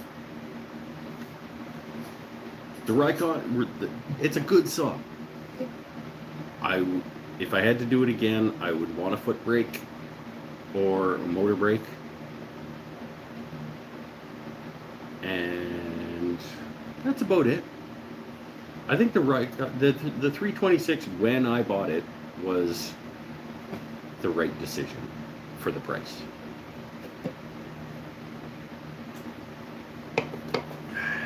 Bandsaw will likely be your next purchase or lathe. Stumpy Nubs really likes his Harvey. Well, yeah, because Harvey pays him money to like their stuff.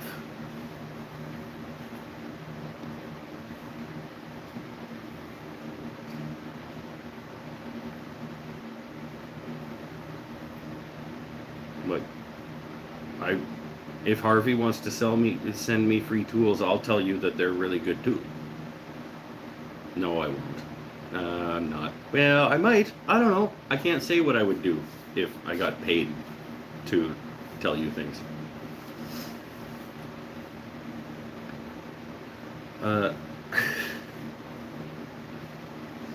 Aren't Harvey's rather expensive? They are. I would put Harvey's in the. Harvey is sort of in between the mid-tier and the top tier in terms of expense. So, like, up at the top, you've got your saw stops, your Powermatics, your Felders and hammers, and the brands that are sort of the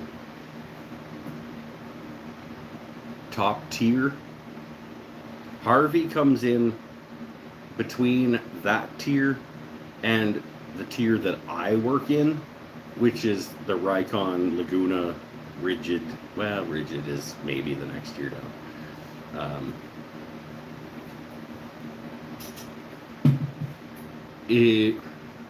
There are tiers of tools in terms of the cost and the quality. And Harvey comes in sort of at the top end of the middle tier, I would say. But yes, of course, Stumpy Nubs likes them.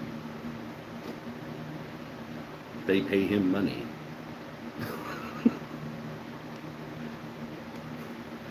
Wood Whisperer is sponsored by Powermatic for 10 years. Yes? As soon as the sponsorship dropped, he sold the tools. Gives a bad impression for Powermatic. Well, yes and no. He sold the tools because he could, now that he was free from this long-term agreement he had with Powermatic, now he's got hundreds of thousands of dollars worth of money. Well, that I didn't need to say the worth of money part, but he's very, very, very well off. And now that he doesn't have to use Powermatic tools, why wouldn't you go buy some other stuff and try it out? Especially when buying other stuff and trying it out makes you more money. Like, he's at the point where he can buy a saw stop and do a video on I bought a saw stop that pays for the saw stop. The AdSense revenue on that video paid for his saw stop probably, because he's at that he's at that tier in terms of like content creation.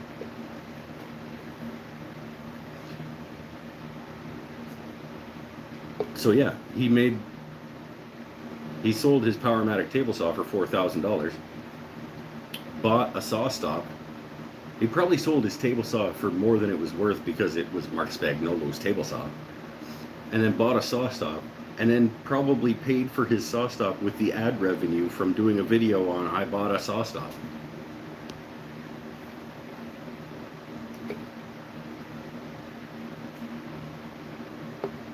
Thank you for the information. I come here to learn.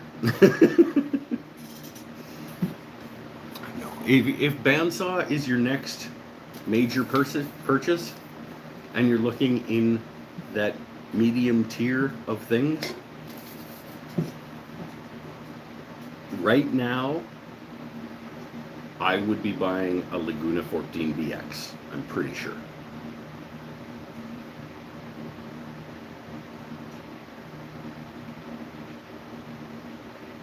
Yep.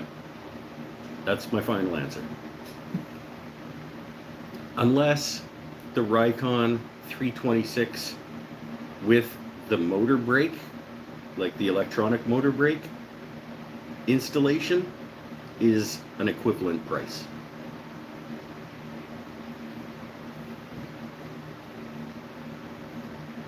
I don't know that.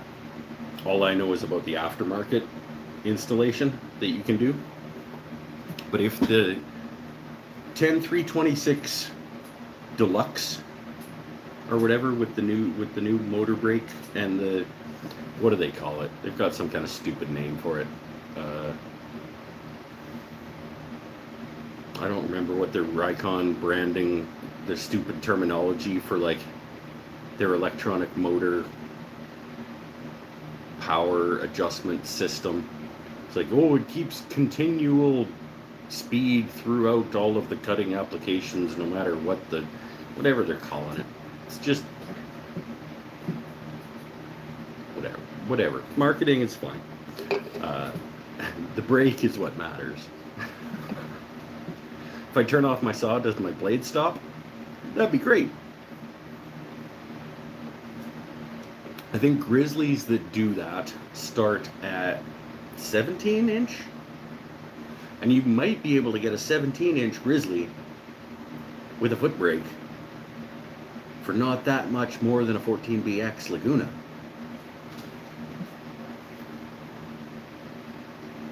I don't know. Looking for the 10 to 14-inch because I also want to do some resawing. Yeah, once you want to resaw more than about 4 inches, you need something in the 14-inch sort of European style range. Yeah, I don't think even a 14-inch like old Delta style thing is going to do much more than 4 inches of resaw. And if you have 220 wired wherever you're putting this thing, then that's another factor too, because then you can go up to more horsepower, bigger motor. It's going to push that blade more consistently. You're not going to bog down as often, assuming you're sharp. Oh man, I just ordered new bandsaw blades. I normally order bandsaw blades through Lee Valley because they sell the Rikon bandsaw that I own. And I buy them for $34-ish each. But they were out of stock of the 111-inch bandsaw blades. And I need new bandsaw blades. So I'm going to get a new beer and we're going to talk about this.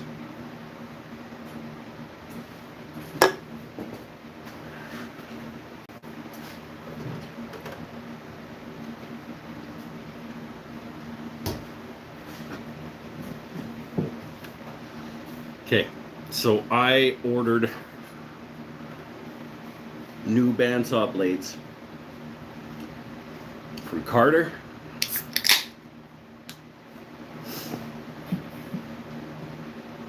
And they're supposed to be awesome, but I don't know. And they were about the same price per blade when I went to Carter.com or whatever. It was about $35-ish per blade, which is fine. But that's American dollars, so there's your 20% or whatever added on top. And they're shipping from wherever the hell Carter is.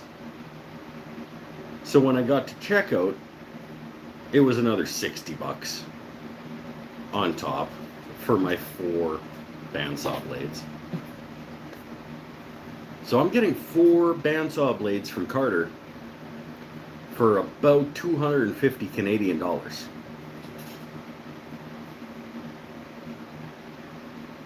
Which is about, it took them from the 35-ish that I get them from Lee Valley to 65-ish Canadian. But I need new bandsaw blades, and Lee Valley can't get them, or can't get them to me before I need them again. So I'm gonna try the Carter bandsaw blade at $65 delivered to my door. And maybe I never do that again. Or maybe they're so good that that's now my new bandsaw blade supplier. Toughtooth.com in Canada. Okay. Maybe next time. I've been wanting to try Carter bandsaw blades for a long time, so Might as well order a batch of them. But if you're paying $60 for like $60 probably would have been the cost for one of them to get shipped. So I got 4. Got 3. What did I get? 3 at a 1/2 inch 3 TPI and 1 1/4 inch 6 TPI. Because that's about the ratio that I use them at. About a 3-to-1 ratio. And I'm going to try it out, and I'll let everybody know whether I like them or not. Come here to learn.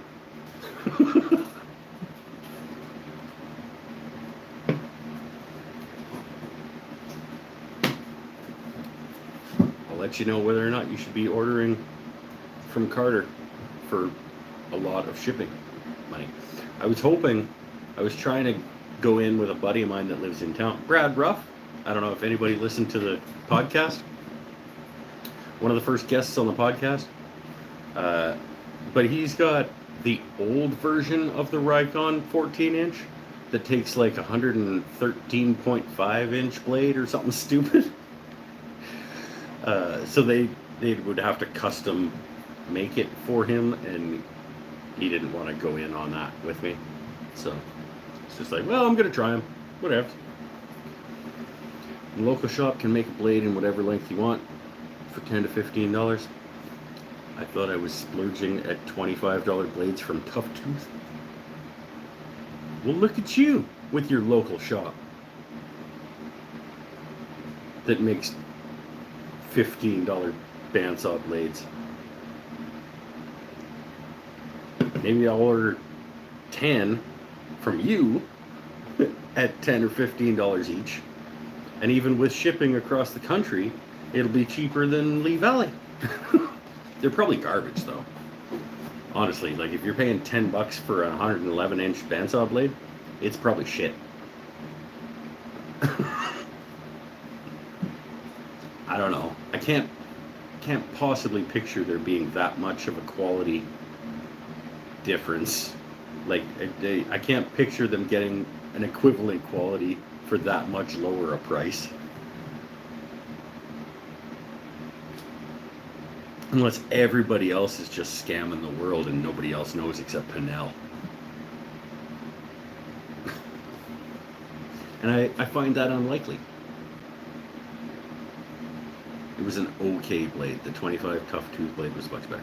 See, that's the thing. It's like, yeah, you buy a 111-inch bandsaw blade off Amazon from Olson, but it's probably shit. Like, it's probably just gonna do what you need it to do, but it's gonna dull really quickly, and then you're gonna get pissed off. You're gonna use it longer than you should, and you're gonna be unhappy with the results that you're getting because it was dull a week ago, and you still haven't changed it out. I mean, I'm just talking for myself.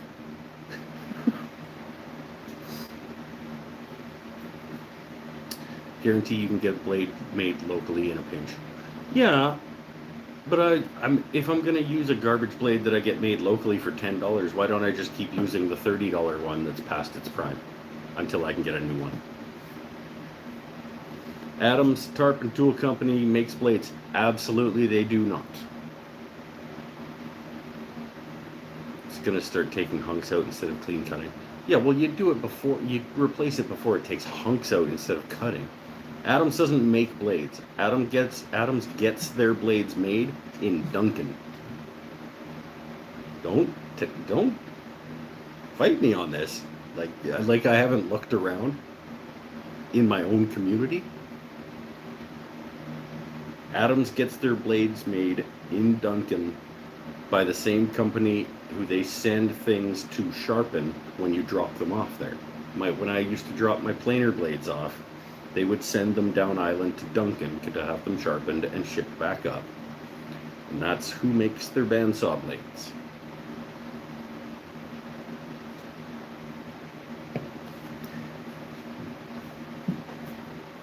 It's where I got my sander, if that makes you feel better.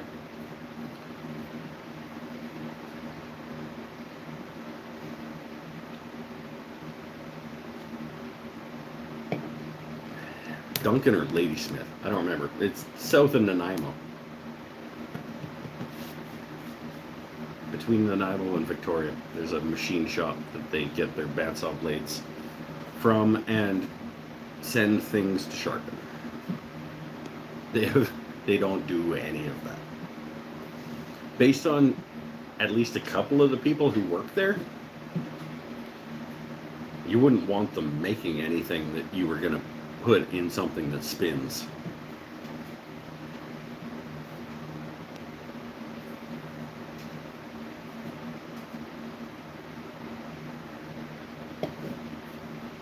I don't want that guy making something that I'm going to put in a tool.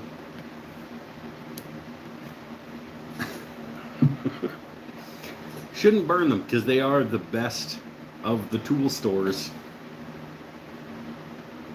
in my region. That's like,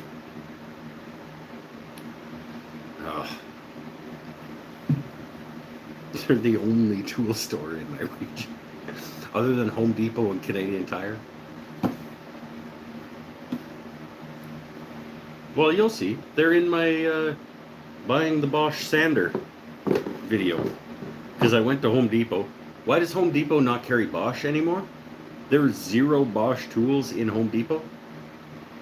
At least my Home Depot. Is that Canada-wide? Is that chain-wide? Does Home Depot not do Bosch anymore? And I went to Canadian Tire, and they had one Bosch sander. And it was this one. But I was looking for the variable speed Bosch random orbital sander. So I went to Adams to see if they had it, and they only had the single speed one as well. So I bought it at Adams. And honestly, like, the number of times I've ever turned down the speed on my random orbit sander over the last 5 years that I used the DeWalt is maybe 4. Definitely one hand worth of times that I've ever turned down the speed on my sander. So I got the cheapo. Can't you make your own out of chewing gum wrappers and rubber bands? My own bandsaw blades? I mean, yeah, you could. They're not going to do what you want them to do. I get Matthias Wandel could probably make bandsaw blades out of toothpicks and spit or something, and make another $1 million making a video about doing that while being super awkward and not charismatic whatsoever. Bandsaw blades are fun when they break with crappy welds on the local blades. See, why would I want to go local to a crappy place that's going to make a bad weld and just have it explode on my bandsaw? Why would I want to do that? You're really selling me on this whole, like, go local thing. I don't know. We'll try the Carter ones at $65 each, delivered to my door from Tennessee or wherever they're coming from. It hurt a little bit when the shipping was $60 on my $120 order, and then it got translated into US. So my order was like $120 plus $60 shipping. So I'm like, oh, $180, and then I get the email saying, like, your card was charged $200 and whatever dollars. Oh yeah, that's right. That's all American dollars. So it was about $250 for 4 bandsaw blades. We'll see. Maybe that's the last time it happens.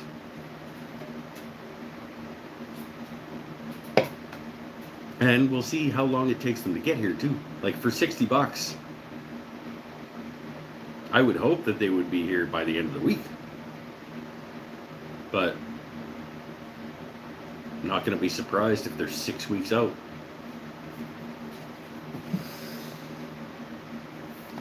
That's nice, actually. This might be my new favorite cherry thing.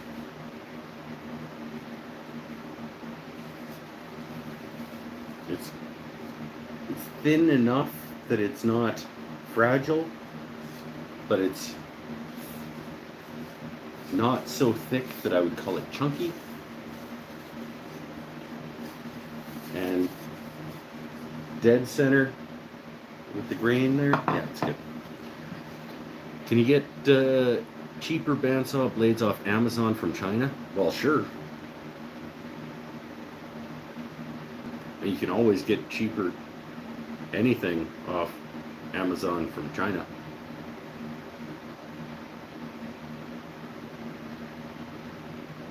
It's up to you about whether or not you want to do that.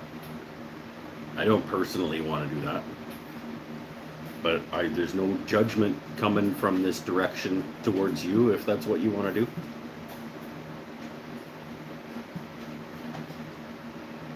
Where would you brand that? I won't be able to brand this particular bowl. Not true. Hold on.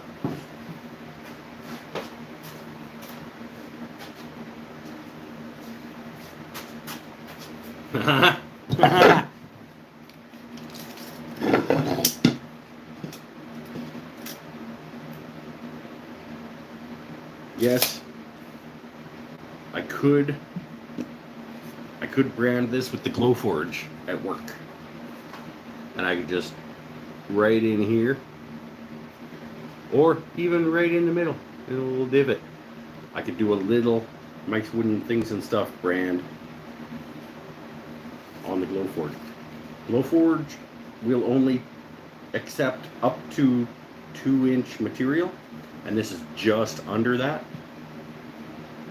So there's not enough room on this anywhere for me to brand it with my branding iron, but I could get this upside down in the Glowforge and laser engrave my logo on the bottom of this.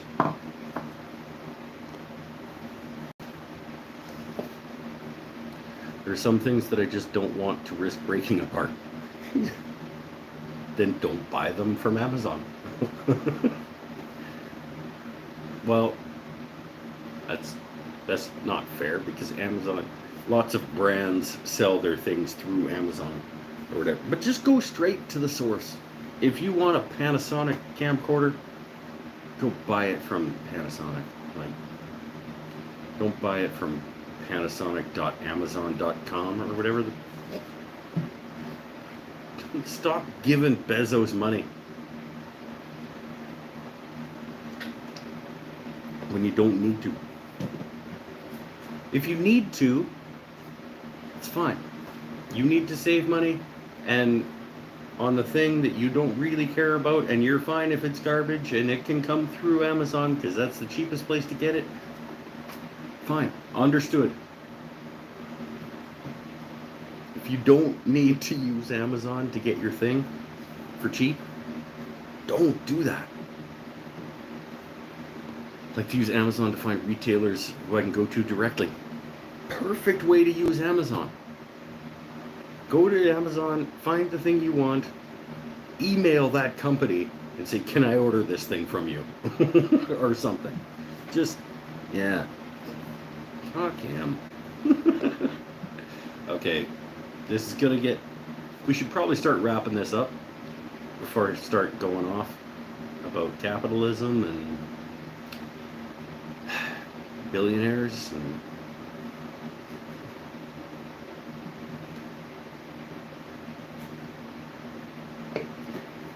stay happy, stay healthy, stay safe. Thanks everybody for coming. You contacted a company today who said they only sell through Amazon? Really? They refused to sell to you directly?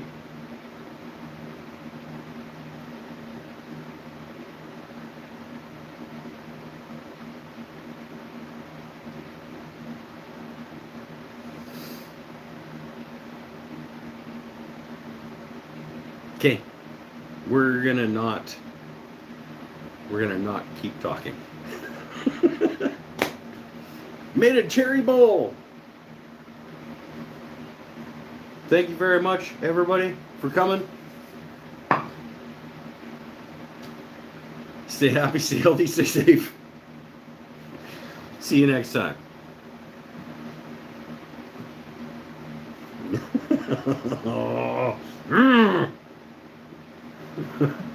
See you next week.